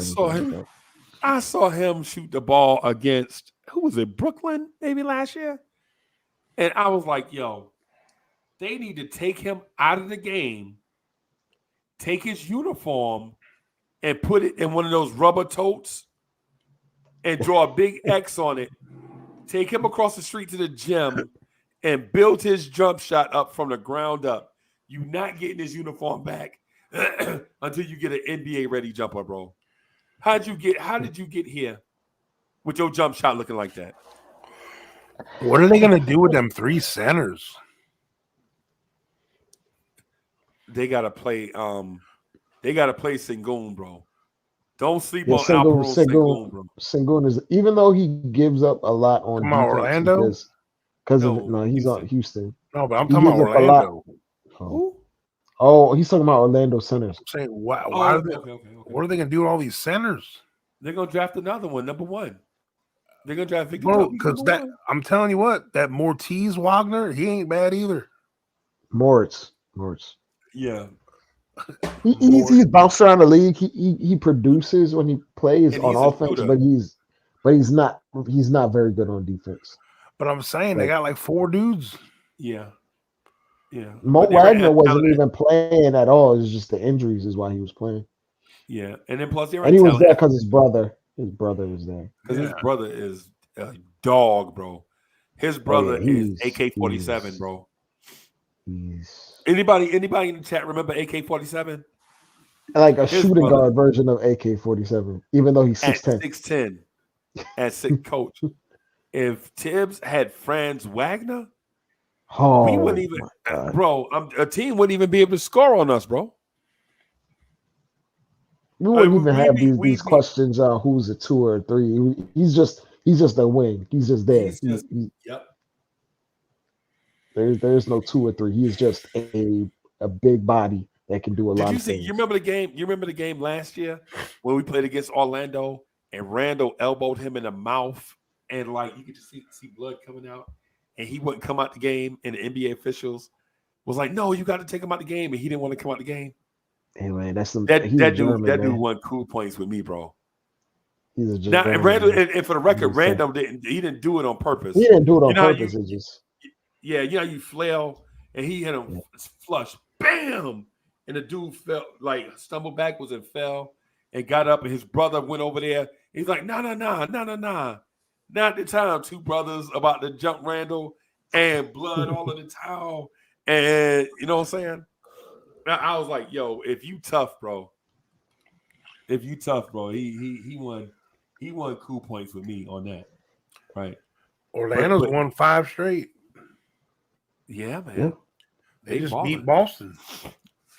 They lost 9 straight and then followed up with 9 wow, straight. Boston got their center back, by the way. Yeah. But Boston has been faltering a bit in the last week or so. Yeah. They've been It's up the and down. doldrums, bro. They probably bored. Bro. You know what I'm saying? But man, when you got coach, when they come I don't know, I think they playing Paolo at small forward, right? So they're playing Bol at power forward and Wendell Carter at center, right? So they have like Markelle Fultz and then 4 guys that can play anywhere 3, 4, 5, right? Bro, when you put Okiki, Isaac, and Franz Wagner in the game, you might not get a shot off, bro. Oh my god! You might not. And they don't even know how to play for real yet. They don't even know how to play together yet. You know what it is? They're literally hooping right now. That's what they do. They not like there's no go out there and play. They're basically they're just AAU balling right now in the NBA. They really are. They're just. It's just that they're bigger, taller, and stronger than most teams. And, so they get away with Franz Wagner. And the thing I love about Franz Wagner, and y'all pardon me for gushing, but Franz Wagner looks like the sales manager at a car dealership, right? But the dude might be the most athletic person on the team, might be, right? You cannot let looks deceive you, bro. Franz Wagner is probably, Coach, who AK-47. I was gonna it might be blasphemous for me to say because he's not as great of a defender, but he reminds me a lot of Scottie Pippen as far as his fluidity for being very tall and like he can do multiple things and guard multiple positions. Yeah, it might be a little blasphemous, but he reminds me of Scottie. He reminds me just of an athletic version of Gallinari that could play defense. He probably looked like Gallinari. Yeah, he's an athletic Gallinari. Well, then it kind of ain't Gallinari because he ain't. But Gallinari can shoot, bro. Well, young Gallinari used to get some posters back in the day. Yeah, if you didn't catch him, he would take off on you. Gallinari was a great athlete before he hurt his back. Remember? Well, that's what I mean. Like, but the original Gallinari, pretty similar actually. Gallinari was like that dude, bro. Gallinari was that dude. I remember he hit Chicago with a cross, like with the slow granddaddy cross. He was like, and like 5 Chicago Bulls just went, and he just pulled up for 3. I was like, yo, this dude is swaggy, and I like it. You know what I'm saying? Mm. But yeah, coach, if you're gonna move them pieces, the peripheral pieces. I like Chuma and Jonathan Isaac. Chuma Kiki. You know it's funny, like we could have used from that team, we could have used someone like Wilson Chandler on this roster. Right now, yeah. Wilson, yeah. Especially coming off the bench. Yeah. I've always liked Wilson Chandler, bro. Yeah, man. Yeah, man. I wouldn't be surprised to see Orlando consolidate. Now, do you know they'll never do a deal for Fournier? Right? No. That's out. They'll never do a deal for Fournier. You know what I mean? They traded him, and they were glad he was gone, so these young kids can play. Right? I think they would do a deal for Terrence Ross. Yeah. But what do you? Terrence But what Ross do you is willing? super expendable. Yeah. What do you give up for him though? I'm good.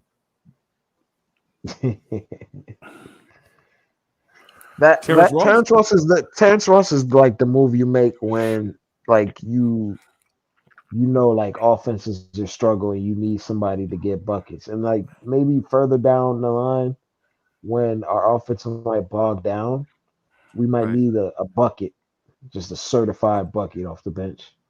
I think Terrence Ross is the finishing move you get if you go get DeMar DeRozan. Right. If you go get DeMar DeRozan and he starts, and then you move Grimes to the bench, and you know offense is gonna be questionable with Quickly and Grimes, you put Terrence Ross in that unit with them too. Right. And you could just With default to him to Hartenstein. be the scorer. At Yeah. times you could just Yeah. lean on him. Because some nights he's just gonna go off for 30, and you don't even know when. It's like the Malik Monk 30.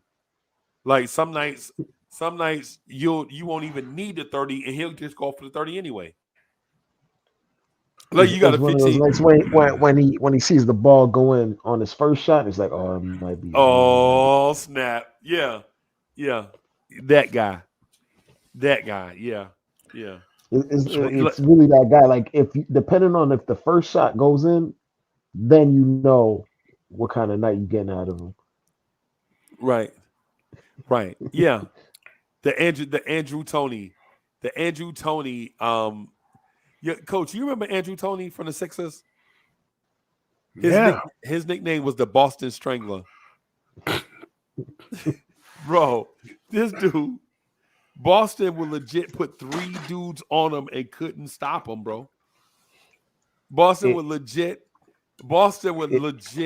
start off with Larry Bird. Now, Larry Bird was 6'9", 6'10", 6'8", whatever you call him. Andrew Toney is 6'2", right? Bro, they would start off with Dennis Johnson, Danny Ainge, Jerry Seasting, all these guys on Andrew Toney. But all it took was he could be 0 for 6. But if he ever saw that ball go in, he was gonna make like 14 straight shots against Boston. Not really, it just seemed that way. You know what I'm saying? Mm-hmm. I think we need that guy off the bench. Yeah, we do need a bucket. We were hoping Quickly would have been that consistent bucket at this point. We were hoping he's just Quickly would not. be that, yeah. But it's also like no, we needed was Herb. We also like we do have a legit like 3 20-point plus scorers on this night every single night. Yeah. So it's like even though we don't have that bucket, you can kind of give that role to one of those guys to. You can expect one of them to get hot at some point randomly throughout the game. Yeah. For a stretch. So like, yeah. Which is basically what you need 6-man for. Like Terrence Ross, where you need him to carry your offense for a stretch. Just to bridge you over to your full rotation, your full complement of starters. Right. And most teams usually just have 2 scorers in their starting lineup. You really have like three guys that can get a bucket. Much love, our future media. Thanks. Oh, I'm looking at who's on the trade block and the trade rumors. Huh? And so who you see so far? I don't see. Oh, I'm going off the trade rumors. That's like as of today. What do you think about Finney Smith? They not trading him. Yeah, they not trading. He's on a really cheap contract at that, and he's their only defender. I know. I mean, they have Reggie Bullock. Man, he just fits it. That's the guy I'm talking about. Like someone like that, kind of, he can cover wings, but He can, in a pinch, he can do some power forward too. Obviously, And in Tibbs' scheme, bro, he'd be the Matrix. God, he'd be perfect. Yeah. I'm sorry, Dre. Yeah, I was just going down like the trade rumors as of a few days ago. I'm looking at Real GM and it says Knicks not interested in attaching assets to clear cap space. Right. So Because it don't make sense. they're not trying. Yeah, like they're gonna offload these guys, but they ain't giving them nothing to offload them. No, and I don't want to do that either. Like I said, the assets ain't worth nothing unless it's going to be Right. a bona fide all-star Right. guy. And even if you were, you don't want to say that up front. You want to explore your options first, and then look Yeah. at that as a last resort.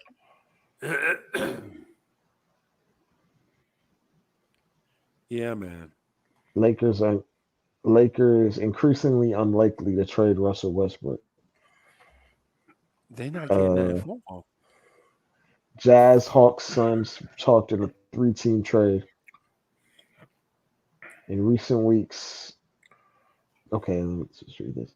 The Phoenix Suns have been trying to find a home for Jay Crowder since he requested the trade this offseason. The Atlanta Hawks are interested in acquiring Crowder while shopping John Collins themselves. The Utah Jazz have been linked to Collins, so the 3 teams seem like natural partners in some sort of 3-team deal. In recent weeks, Phoenix, Atlanta, and Utah had conversations about a deal that would have landed Crowder in Atlanta, Collins in Utah, and potentially Jared Vanderbilt in Phoenix. The Jazz are open to trading Vanderbilt, while the Suns have shown interest in the big man. So I guess they really want a power forward for the Suns, at least, Yeah. since Cam Johnson went down, and kind of don't know. Patrick Beverly could seek a buyout and return to the Wolves if he's been traded.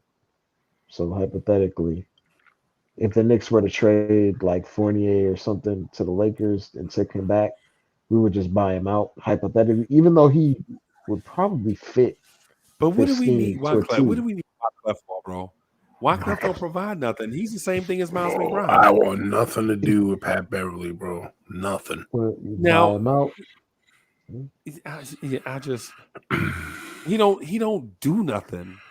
Bro, we basically And then literally plus, defensively, even if you want to call it, he's a push with McBride. I think his defense is overrated. Yeah, I think and he's not McBride's better. Yeah, he's not a defender. He's an energy guy. McBride is a defender. Yeah. Pat Bev is just energy. Yeah, Well, what did energy Westbrook for say? nothing. What Westbrook said, Pat Bev trick y'all. He just running around doing nothing. That's what he said. Yeah, He that's said what. about Yeah, him. He said Pat Westbrook said that about Patrick Beverly. He said Pat Bev trick y'all. He just run around doing nothing. right. And he meant that, bro. You know, Westbrook ain't just gonna talk just to be talking, bro. What about Kyle Anderson? Is Kyle John Anderson Collins? next to RJ? Oh, From Kyle Minnesota. Anderson. The I can see that. I can see that slow. lineup now, bro. So Kyle, slow. And not he be like he's a like, bad player. He's just He he can would pass. be a bench. He can shoot. He would be a bench player on our team though. yeah, oh, definitely. What? Yeah, that's what I'm saying. I mean, if we're talking about just, I feel you. you know, those are the kind of guys that I think are going to be in the mix, like Did you that see level. this Knicks in active trade talks pursued Eric Gordon? I don't like that. No, that's Rome. I don't. I saw that in several places, but they never stated the source. They never stated the source because I'm like, The yo, source is Eric Gordon. Yeah, I just can't. They're like, yeah, man. But that's like how they would think. Oh, that's the microwave scorer we need off the bench or some shit. My bad. I ain't mean to swear. Or something. Yeah, yeah. I don't know what that does for us. And Because Houston wants a first round pick, and that's not going to happen. That's not happening. Right. Yeah, I mean, I don't know because for that money, why would we take? You want a first round pick and us to take on that salary? Are you out of your mind? Yeah, man, they bugging. They are legit. They have lost it. Now I'll tell you. He's earning more than Fournier, 19.6. I'll tell you what I would do. I keep hearing Kelly Oubre in the mix, though. Mm. I've been hearing his name pop up a lot. Kelly Oubre, the idea of Kelly Oubre is better than Kelly Oubre. Than him. Because he's not a good defender either, but he looks like a good defender. 6'7", long arms, super athlete. But then when you look at him, you're like, how did RJ Why are Barrett you just go always by out him? of position? Like, why are you Right. always out of position? Like, Yeah, yeah. like, And how was when Tibbs start yelling, how's Oubre gonna take it? right. He's one of those guys that's in the NBA because he looks the part. That's really Yep. Central casting. Bro, He when's Bradley Beal just gonna request a trade? I don't know. But This poor dude. This who poor would get dude. there? But like what would you even give up for Bradley Beal? Like hypothetically, not just the Knicks. Like, would he go for the same package as Donovan Mitchell? Probably. And if you do that, you're out of your mind. Maybe one less pick. Absolutely, all the way lost it, bro. Like if you give up the same amount for Donovan Mitchell, I'm not saying I would, but no. you would do. I'm not talking about you. I'm just saying because I know what you're saying. Like someone would do it, but like if you were to do that's crazy. I'm not saying you would do that. I'm saying someone in the league would. I tell you what I would do though. I mean, he's still only 29 years old, bro. I would. It's that money though. Well, yeah, that's true. That's true, Coach. What I would do, man, is Cam Reddish for Gary Payton II. Everybody get what they want right there. Everybody get what they want. He's hurt and they're not playing him. Right. They signed him to be like a defender, but he's been hurt the whole year. Yep. Everybody get what they want. I don't know if GI is trolling or not, but the Washington Wizards have lost like 8. I mean, if we don't overpay for Eric Gordon, I ain't opposed to that. Right, and I thought Portland signed Gary Payton just so Golden State wouldn't sign him. Yeah, it was like a spiteful move. Like, like to try to. I think the Lakers did the same thing with Juan Toscano Anderson, because Juan Toscano Anderson ain't playing for the Lakers either. I think they were just trying to break up the Golden State thing. Yeah, I mean, somebody signed Otto Porter Jr. Otto Porter in Toronto, and Otto Porter is not playing over there either. Yeah, is he hurt? He might be hurt or something. I don't know. I think he hasn't been playing. He's veteran. This time of year ain't even important for Otto. He ain't even worried. Like, nah, I don't want no Eric Gordon, bro. No. Yo, and how old do you think Otto Porter is? He seemed old, but I think he's only about 20. Right? Nah, he only 27. Oh, okay. 29. Good Lord, he's the oldest 29 old. And he hurt too. It's because he looked like Wilt Chamberlain in the face. That's why. That's why. Yeah. No one looks older than. It's like Valentine. Yeah. Devon. There was a Devin Valentine. Denzel. We almost had him. Oh, you talking about former Knick Denzel Valentine? Yeah, that dude. The guy we had here for a split second. He got like the head and the face of like a 7'7" dude. Yeah, on a 6'4" body. Yeah, and he also RJ, and Kyle Anderson on the court. You would think that you would think your TV is broken. You would think you high as a kite. You'd be like, am I high right now? I didn't know the 1960s had colored TV. They all moved like they had hip surgery or something. Yeah. And then he came out of Michigan State like 6'7", and then they measured him and he's 6'4", barely. The thing I never forgive about Denzel Valentine, he went to the Drew League and he got his ass bust in the Drew League. Like, how you an NBA player getting worked by guys that got a 9 to 5, man? Right. Bro, these dudes have man jobs, came bro. out. man came out that Amazon shift and came and gave you some work. The second shift too. You know what I'm saying? Like, nah, Dude just man. worked 410s. Dude just worked 410s and came out there in work boots and gave you the business. Yo, that's crazy. It was embarrassing for that man. The last 4 seasons, Bradley Beal's been hurt. Where's Denzel Valentine now anyway? I think he's a free agent. I don't think he's in the league. I think he was with Atlanta or Cleveland at one time, but I don't know if they're still. We got him from the Lakers. Yeah, him and Solomon Hill or something.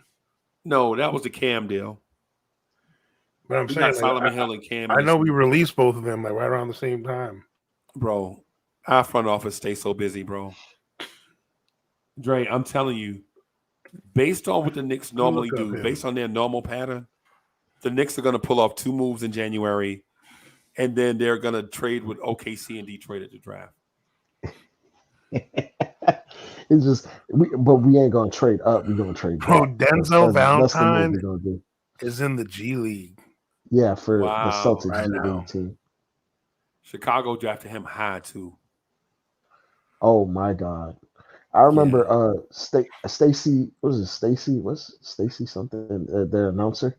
Yeah, he's funny guy. He was watching Denzel Valentine take like an ill-advised 3 in a big moment. He's like, "Oh no! Why would you take it? No!" Yeah, you talk about Stacey King. Yeah, Stacey King. Yeah. He was on the Jazz before he went to the. He was trade bait for the Jazz. Maine like Celtics. Yeah, man.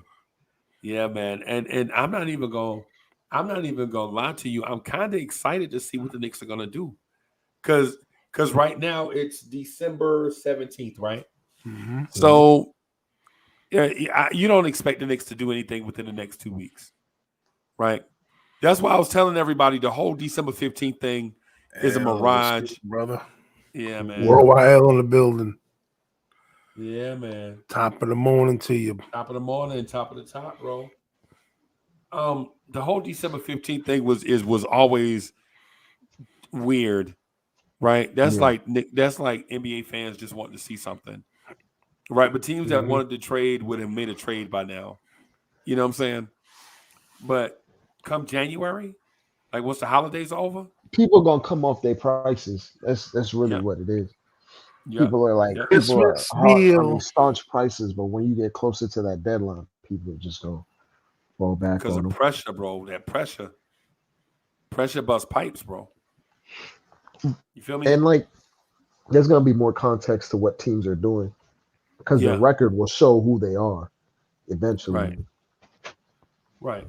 No doubt. No doubt. You see this article that came out about the Knicks? What about it, Coach? It's a story. It's on BR. Let me see. Oh, where was it? Knicks rumors. Some NBA free agents scared of responsibility to save, in quotations, New York. Save New York from Isn't that something that we talked about? Yeah. It was a December 16th article. I guess it was yesterday. An agent told Brian Wacker of the New York Post, it's almost become a thing around the league. Is there a sense of urgency, or is it just like every other year? Guys like blank playing here, but at least when it comes to free agents, there's a lot of, is someone going to come save the Knicks? That scares some guys off. It wouldn't be as scary if you got like a 2-for-1 combination. It's just getting one guy and then getting the next guy. It's the issue. Yeah, because guys don't want to come here by themselves. If they want to come here, they want to come here with another All NBA guy. That's really that's the real crux of it. And the thing is, they know how brutal the New York media is and the Knicks fans are, so they know. I don't think it's a thing that they're scared to be the one with the pressure to save the Knicks. I just think they know nowadays, no matter what team you go to, you can't save nobody unless you get some help. Yeah, Like basically. no man can do by themselves no more. That day has been long gone. There's too much talent in the NBA to just try to be a one man show. It don't work, man. You need two guys, and then you need an outstanding cast on top of it to I win a mean, title. there's so much talent technically right now in basketball in general in the NBA that you got 30 teams filled up. Right. You still only got 2 drafts, and you fill up a whole G League where there's probably about 10 to 15 G League guys that are better than some guys on some of the rosters, but just because of the timing. Yeah, man. Yeah, man. I think the NBA is like the most exclusive sports league. Yeah. Oh, without Period. a doubt. Basketball in general, I've said for years, that's the hardest thing to make it and stay. That's Only about 400 spots in the NBA right now. your percent goes down. Yeah. That's 400 why. spots, man. But the thing is about the NBA though, if you're a young buck coming up, I can't stress it enough. You can't. You got to be just make yourself. Don't specialize in one thing, man, on the court. Yeah. Like, and that's why I will give the Euro credit, man. When you learn basketball, you got to learn that sport. Learn the passing first. Right. You know, the philosophy of the defense. Don't even worry about and these kids shooting three, like 7 years old. Ain't even strong enough to shoot push the ball right. Yeah, they got the granny shot. Yeah, they got the granny shot. But you ain't strong enough yet. Up until a certain age, they ain't even strong enough to do a real shot. But coach, Stephen Curry shoots it from that far. Yeah. Yeah, exactly. Yeah. Yeah, no doubt. No doubt. I mean, I remember when it was cooler to be the first dude to dunk a tennis ball in your school. See, that's what I'm saying. See, that's where you could tell the generations are different. Yeah. It's like for me, for us, dunking wasn't really a thing until like we saw Larry Nance. Like when we saw Larry Nance, like when you saw Larry Nance, bro, like that, and it just like Dr. J Duncan, it was like a novelty. Like, oh, okay, whatever, dunk. Whatever, that's the black top stuff. But I'm talking about in game. And so people don't even know who Larry Nance is, right? Cradling the ball and dunking it, that wasn't like a Statue thing, of Liberty. Yeah. Bro. Terrence Sansbury. The 2-ball dunk. Yeah, man. Him. Because when I was in high school, right? The coolest thing was the finger roll. Bro. George Gervin. Yeah, bro. In the city, yo, if you could finger roll over top of somebody like they big man, like imagine you a high school guard, so you like 5'10".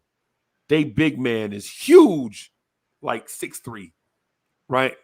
He like the tallest big man in your league. He like 6'3", right?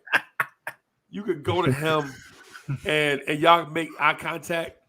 And he know you gonna finger roll, and you know you gonna finger roll, and his job is to stop you from finger rolling, and your job is not only to finger roll, but look good doing it. Because you remember the cheerleaders, the cheerleaders, they cheering for their school, but they also cheering for the coolest dude out there on the floor. You know what I'm saying? So when did I was gonna ask, when did the finger roll get replaced with the floater? Like who's doing the floater first? I mean, floater's been around. It was around during the finger roll times too, but but like it was more like it almost looked more like a running jump shot at the time. Like they would put both hands on the ball. Yeah, I was gonna say Mark Jackson was one. Yeah, because like before when they did the floater, it was like a running jump shot with both hands on the ball. Terry Porter used to do it a lot. Yeah, too. Yeah. Remember he used to do Yeah, it. I remember. Doc Rivers. It was a bunch of guards that used to Yeah, Gary try it, Payton did it but it too. wasn't in their arsenal. It wasn't like in their arsenal. Right. They used it for necessity. Mark Jackson used it as a weapon. He weaponized it. You know what I'm saying? But yeah, Dre, man. But then Tom Chambers dunked on his head. Yes.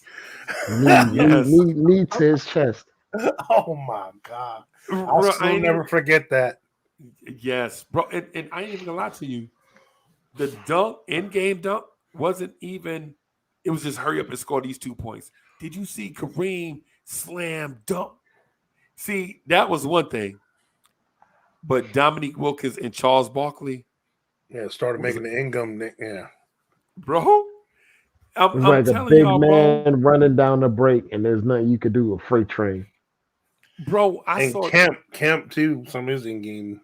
Bro, the first time I saw a 9-guard run the pick and roll was Charles Barkley with Rick Mahorn. And he would have Rick Mahorn and his big butt, his big Respucia butt out there setting the screen. Bump and thump. Yeah. You remember that? that was her nickname, Bump and Thump. Bump and thump, yeah.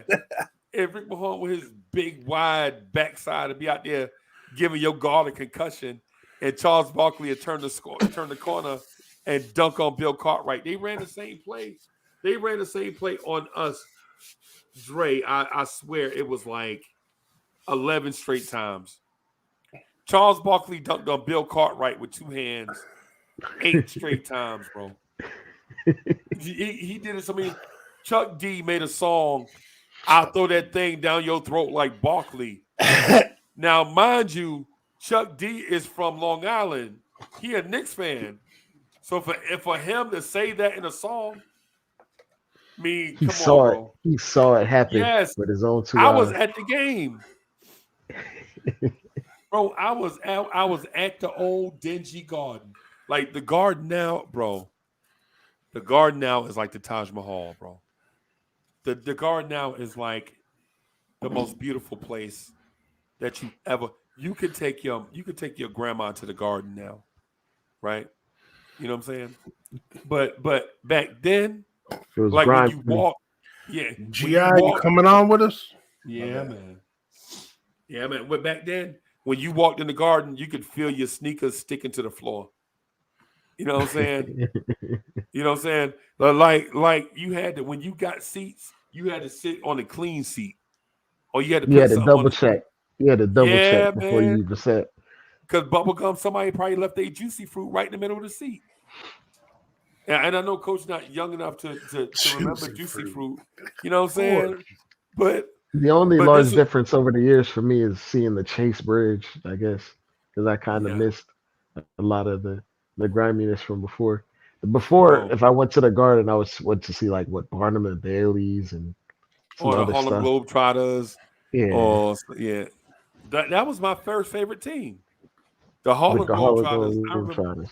Bro, my uncle told me, he's like, who your favorite player in New York? Meadowlark Lemon. And I was like, yo, Meadowlark Lemon. Curly Neal. And I was just about, who your second favorite player? Curly Neal. Like, you don't like Clyde Frazier? And I'm like, what kind of name is Clyde? Yo, no lie. What kind of name is Clyde? My uncles them still rag me about that right now. See, y'all don't understand. Like Harlem Globetrotters used to be. Now they're like, it's all weird, man. It's a freak show now. But back then, them dudes they were in a cartoon. Yes, and them dudes had games. They were in Scooby Doo. Yes. Hey, Coach, I was talking to Chuck about this, right? See, the only people that understand Scooby Doo is people that smoke weed. If you don't smoke weed, you don't understand Scooby Doo, right? And the thing about Scooby Doo is people think Scooby Doo is about a cartoon about a man and his dog. But Scooby Doo is not like that. Scooby Doo is about two friends, but one friend is so high that he thinks his friend is a dog, right? Hey, and the Scooby rhymes with one, Doobie for a reason. Yes, you know why? Hey, listen, the first lines of the song is "Yo, where the weed at?" Think about this. The first line of the song, Coach, the first line of the song is "Where the weed at?" Right? Think about this. Scooby Dooby Doo, where are you? Where the weed at? Yeah, that's what they used to call it, a doobie. Yes, that's what I'm saying. That's what a joint was, a doobie. Where the weed at? Right? And so, like, people think the show is about a man so high, you know what I'm saying? Or really, it's about how you explain it? The thing of the cartoon is Shaggy is so high that he thinks his friend is a dog, right? But the And they trick always is, hungry. But the trick They got the is munchies. But the trick is the friend is so high that he thinks his dog is a man. Yo, Scooby is so high that he thinks his dog friend is a man, bro. The whole Scooby Doo thing is hilarious, bro. Like a lot of cartoons, older cartoons have like hidden themes or adult themes that you never really thought about until you were an adult. Every time they jump out of the back of the mystery machine, the mystery machine. Yeah. The little puff of smoke. Yeah. Like pops out the back door. Yeah. And why you think Scooby was always nervous, bro? He's paranoid. Yes, that's what I'm saying. Bro, it's that. yeah, bro. Scooby snack. And think about it. The whole thing, the whole theme to Scooby Doo is about procrastination, right? Because if you think about it, the villain always introduces himself at the beginning of the cartoon, right? At the beginning of the cartoon, the villain always shows himself. It's like a red herring. It's right there in front of you, like the whole time. But it takes weed smokers so long to move about that by the time they high come down, it was right under your nose the whole time. Yes. And I would have got away with it too if it wasn't for you kids. If it wasn't for you meddling kids. Yeah. Bro, it's crazy. Bro, man. The Harlem Globetrotters was so big, they made an appearance on Gilligan's Island. Yes. Yes. How did the Harlem Globetrotters make it to a deserted island? Hey, Coach. That's the 80s for you, boy. Coach, I have a theory on. See, I don't do it on here, but I'll do it on Vibes and stuff. So we got a second channel that we're gonna get up and running eventually. I'm trying to work on the presentation of it. Like, but this is how much the 80s were like. There was such a progressive time, and it was a time of exploration. And basically, Gilligan's Island was a preceptor of. I know all y'all watched Lost. Yeah, when that got all big, that all the trippy stuff that happened in like Gilligan's Island. That eventually in Lost, it was the portal. I think it's been long enough. It's been long enough. Before you can spoil it, man. The smoke, the creepy smoke.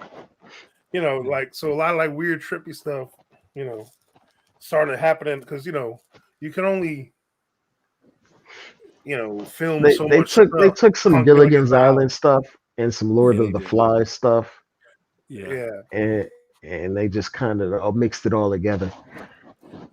I was gonna do a show. Ginger and Mary Ann, you can always show them fine selves for so much, Yeah, hey, Coach, I was gonna do a show about that, right? About how they were so high that they never left the dock. The Gilligan's Island thing, they were so high on LSD, like they were on back then. Remember acid? They were so high on LSD or LSD that the whole Gilligan's Island thing was about them going on a trip. But the boat never left the dock. Skipper. Yeah, man. Yeah, man. But hey, so Dre, before we get out of here, man, because it's 5 o'clock, man. Before we get out of here, yeah, man, I'm gonna wrap up, man. I'm gonna go in here and eat. I'm gonna go in here and eat like a weed head. I don't smoke. You know what I'm saying? But I'm gonna probably go in here. And speaking of Scooby Dooby Doo, that's why I went off mic for a second. Yeah, I might just We got like a 24-hour Taco Bell down the street. I might just. Not mad at that. Not mad at Yeah, the Taco man. Bell. Yeah, man. Get you a gordita crunch or something. Yeah, man, and come back and watch the Knicks game again. And YouTube police and other police out there, just so you know, I have a prescription. My name's on the canister. Yeah, man. But yeah, man. So that coach threw me off. My But bad. anyway, let's get out of here, right? The Knicks win. They beat the Bulls. I don't know if I'm gonna do a Knicks at Night podcast. Usually Saturdays are for Miss Mocha. Smoking a cigarette. But it's also the holidays. So this is like the big weekend to shop with the missus and all that stuff. So get it up out the way. Yeah, so thank you everybody for rocking. Peace, y'all. Much love. Peace.